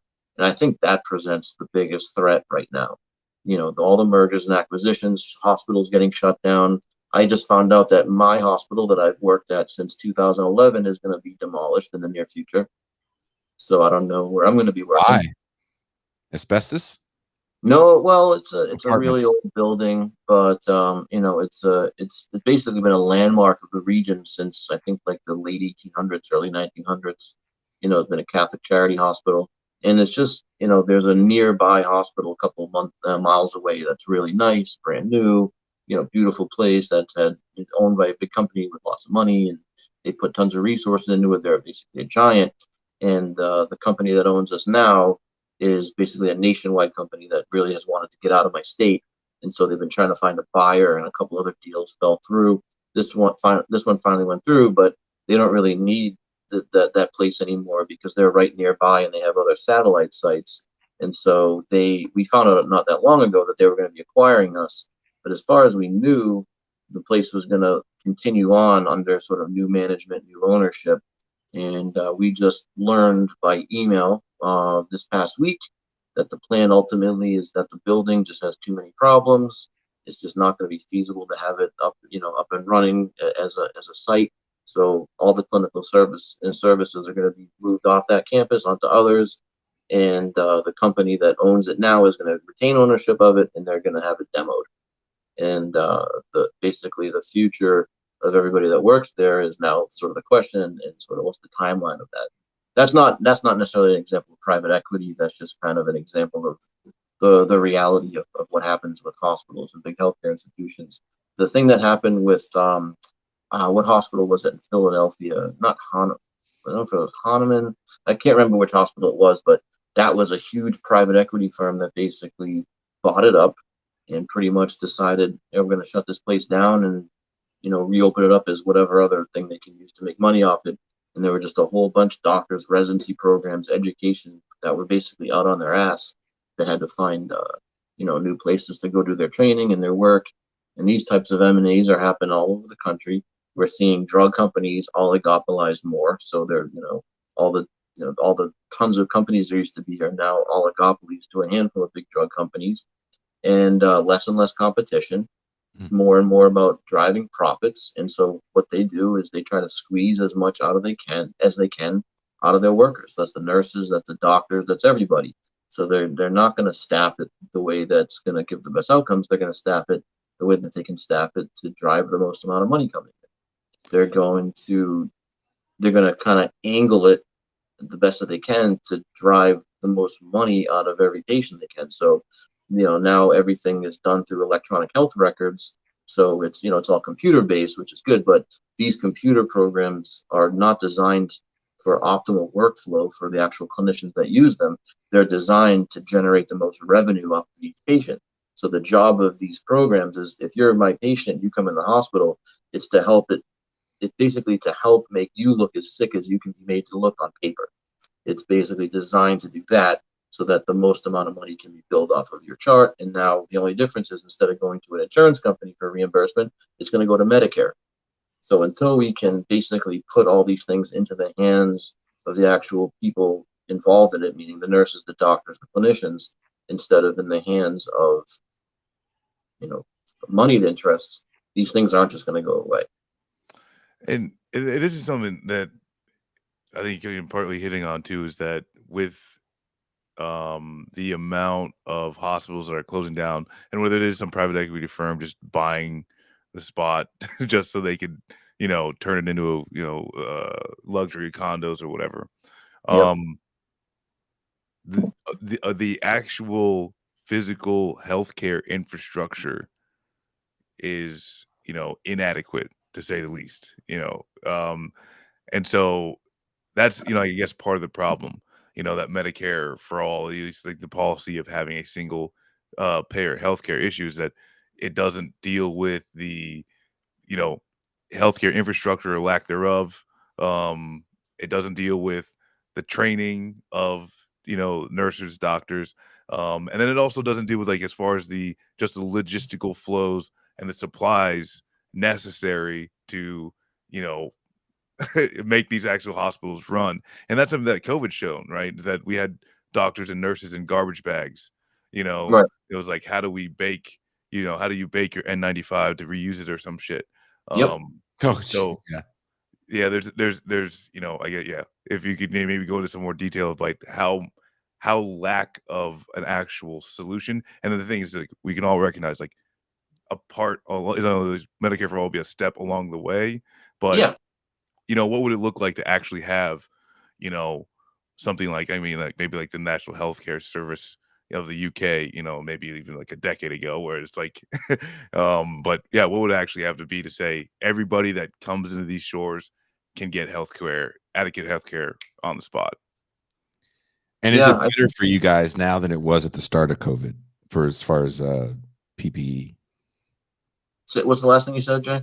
Is it better for you guys, doctors and nurses, now than it was Yeah, at the start of COVID as far as PPE?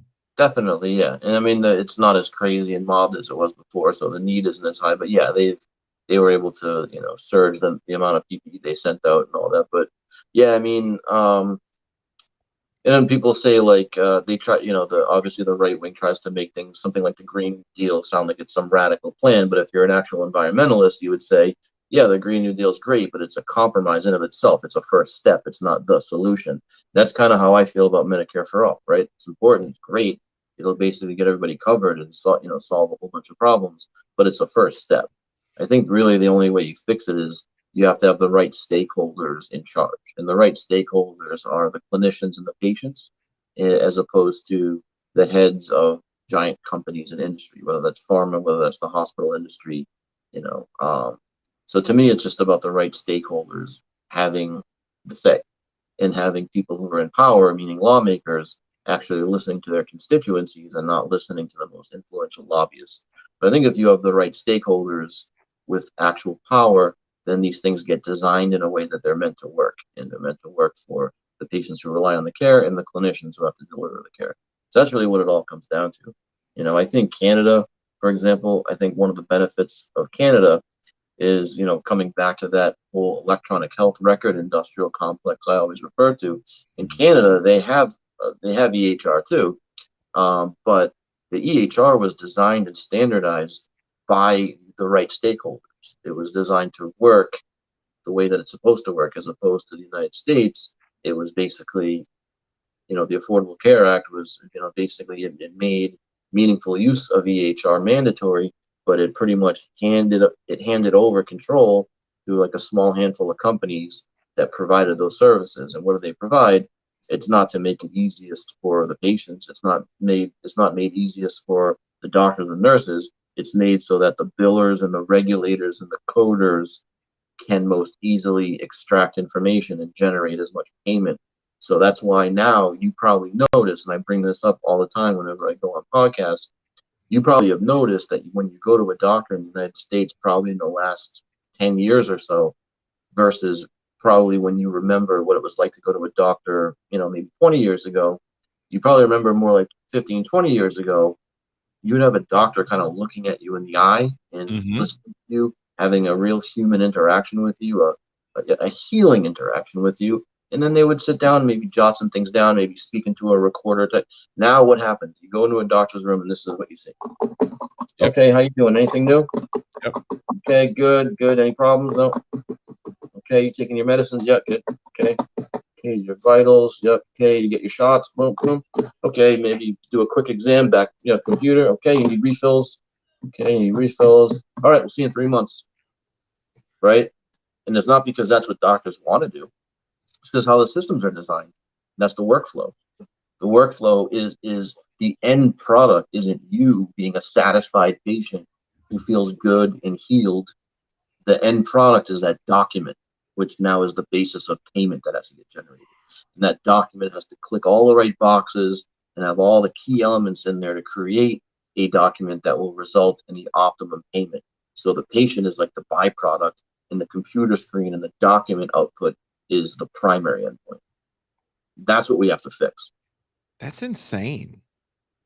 Have you noticed that? When I take my son to the doctor, I have heard different stories here in Mexico, but it's a very different system here. Yeah. Very different system here. Of even doctors that will come to your house. But taking my son to the doctor is not what it was when he was like a small baby and couldn't sit up on his own. Now it is the doctor kind of in front of a computer screen asking us about some milestone questions, and then see you in 6 months or a year. Yeah. It's very like assembly line. It's very boilerplate. Very assembly line. Okay, so I get a lot of my healthcare through the VA. And so like there's a lot of things like I tout the VA is like a lot like a better a lot better of a model. It does have, and this is something that's like been improvements over the past like decade, 15 years. But yeah, no, there's certain things, and especially when it comes to like the mental health, which like the people, like, you understand that they're trying, but it comes down to like a lot of checklists, and it doesn't see, like with a checklist means like everybody else is getting the same checklist. And I'd say like, hey, we're all different, but like all of our individual issues are different, and it's like, what is this checklist really going to tell you? And the fact that too is like, when it comes to my healthcare being tied to a monetary benefit, and disability and all those things, well, there's a lot of people, and like I'll say, if you're a veteran, get the fucking cash, get that money, right? Get it. It's gonna be spent on bombs or some shit anyway. It's might be spent on veterans disability. But also do get some health care, right? But at the end of the day, though, there's this incentive, it literally, that says if you click all the 5s, you might get more cash, and so like this whole thing is just. And that's the thing too, is that like within the military, healthcare system, that's free money. That's from just straight from the money printer. The private healthcare system, they recognize like we need to squeeze every little thing, every little dollar out of everybody we can. But when it comes to the VA side, it's basically a kind of like a little healthcare system attached to the military industrial complex where they get to say, I've seen little automaton robots through VA hospitals delivering the medicine. There's all types of new and incredible shit that's there. And there's just no reason why that shouldn't be provided for everyone. And that's something that I think with the VA model, it's like designed off of how many veterans live in these places. Let's allocate resources based off of that, which just makes sense, but with private healthcare, it's can we make money here? If the answer is no, then there's no healthcare.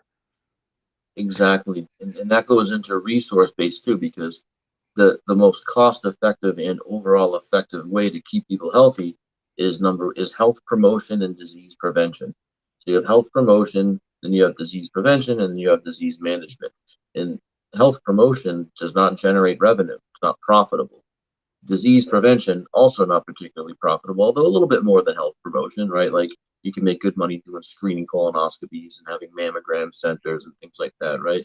But health promotion, spending just time talking about diet and lifestyle, and just cooking classes and teaching healthful behaviors, things like that.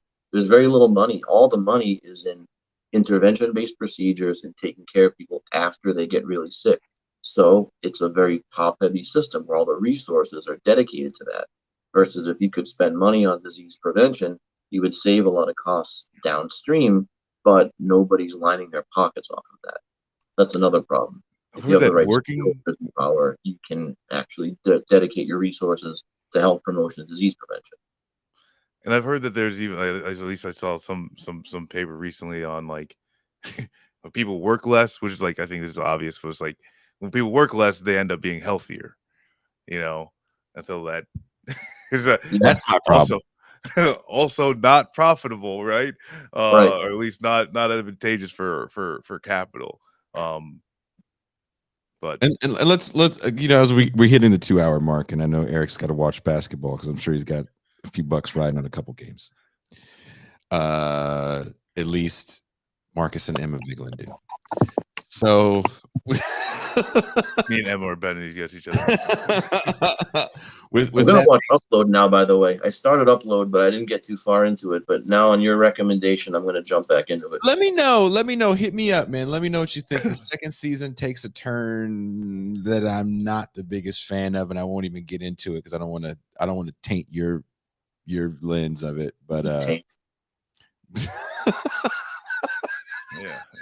it's the interactions that they have. They're constantly kind of showing the problem with monopoly. One of the main characters or side characters is a Koch brother, and he actually gets a bigger role as the show progresses. And I find it funny that in the afterlife, because they're all supposed to be in the same size room, the Koch brother guy goes, "Oh no, I paid extra for my room." And one of the things the Koch brother does is he likes eating endangered animals. Yeah. So The one of the parrot. things that he got was the taste. They programmed the taste of all these endangered animals. Well, he wanted to eat something that wasn't, they didn't get a chance to program while he was alive, which was like a peacock or something. He's like, I want to eat more. Why does it taste like this other endangered animal? Like, well, we didn't have a chance to do it while you were gone. That to me was kind of funny. That's great.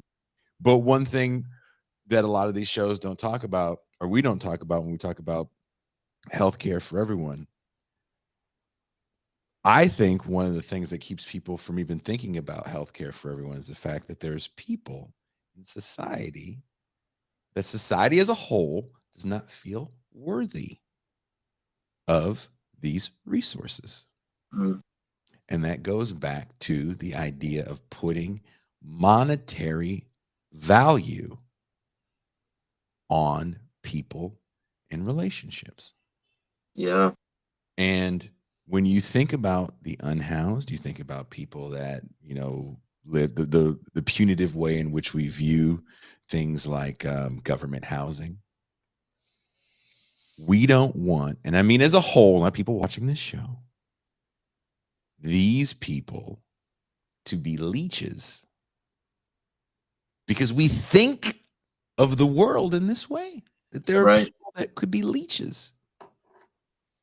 Yeah. So as we say good day and start our weekends off, well, for me it is kind of.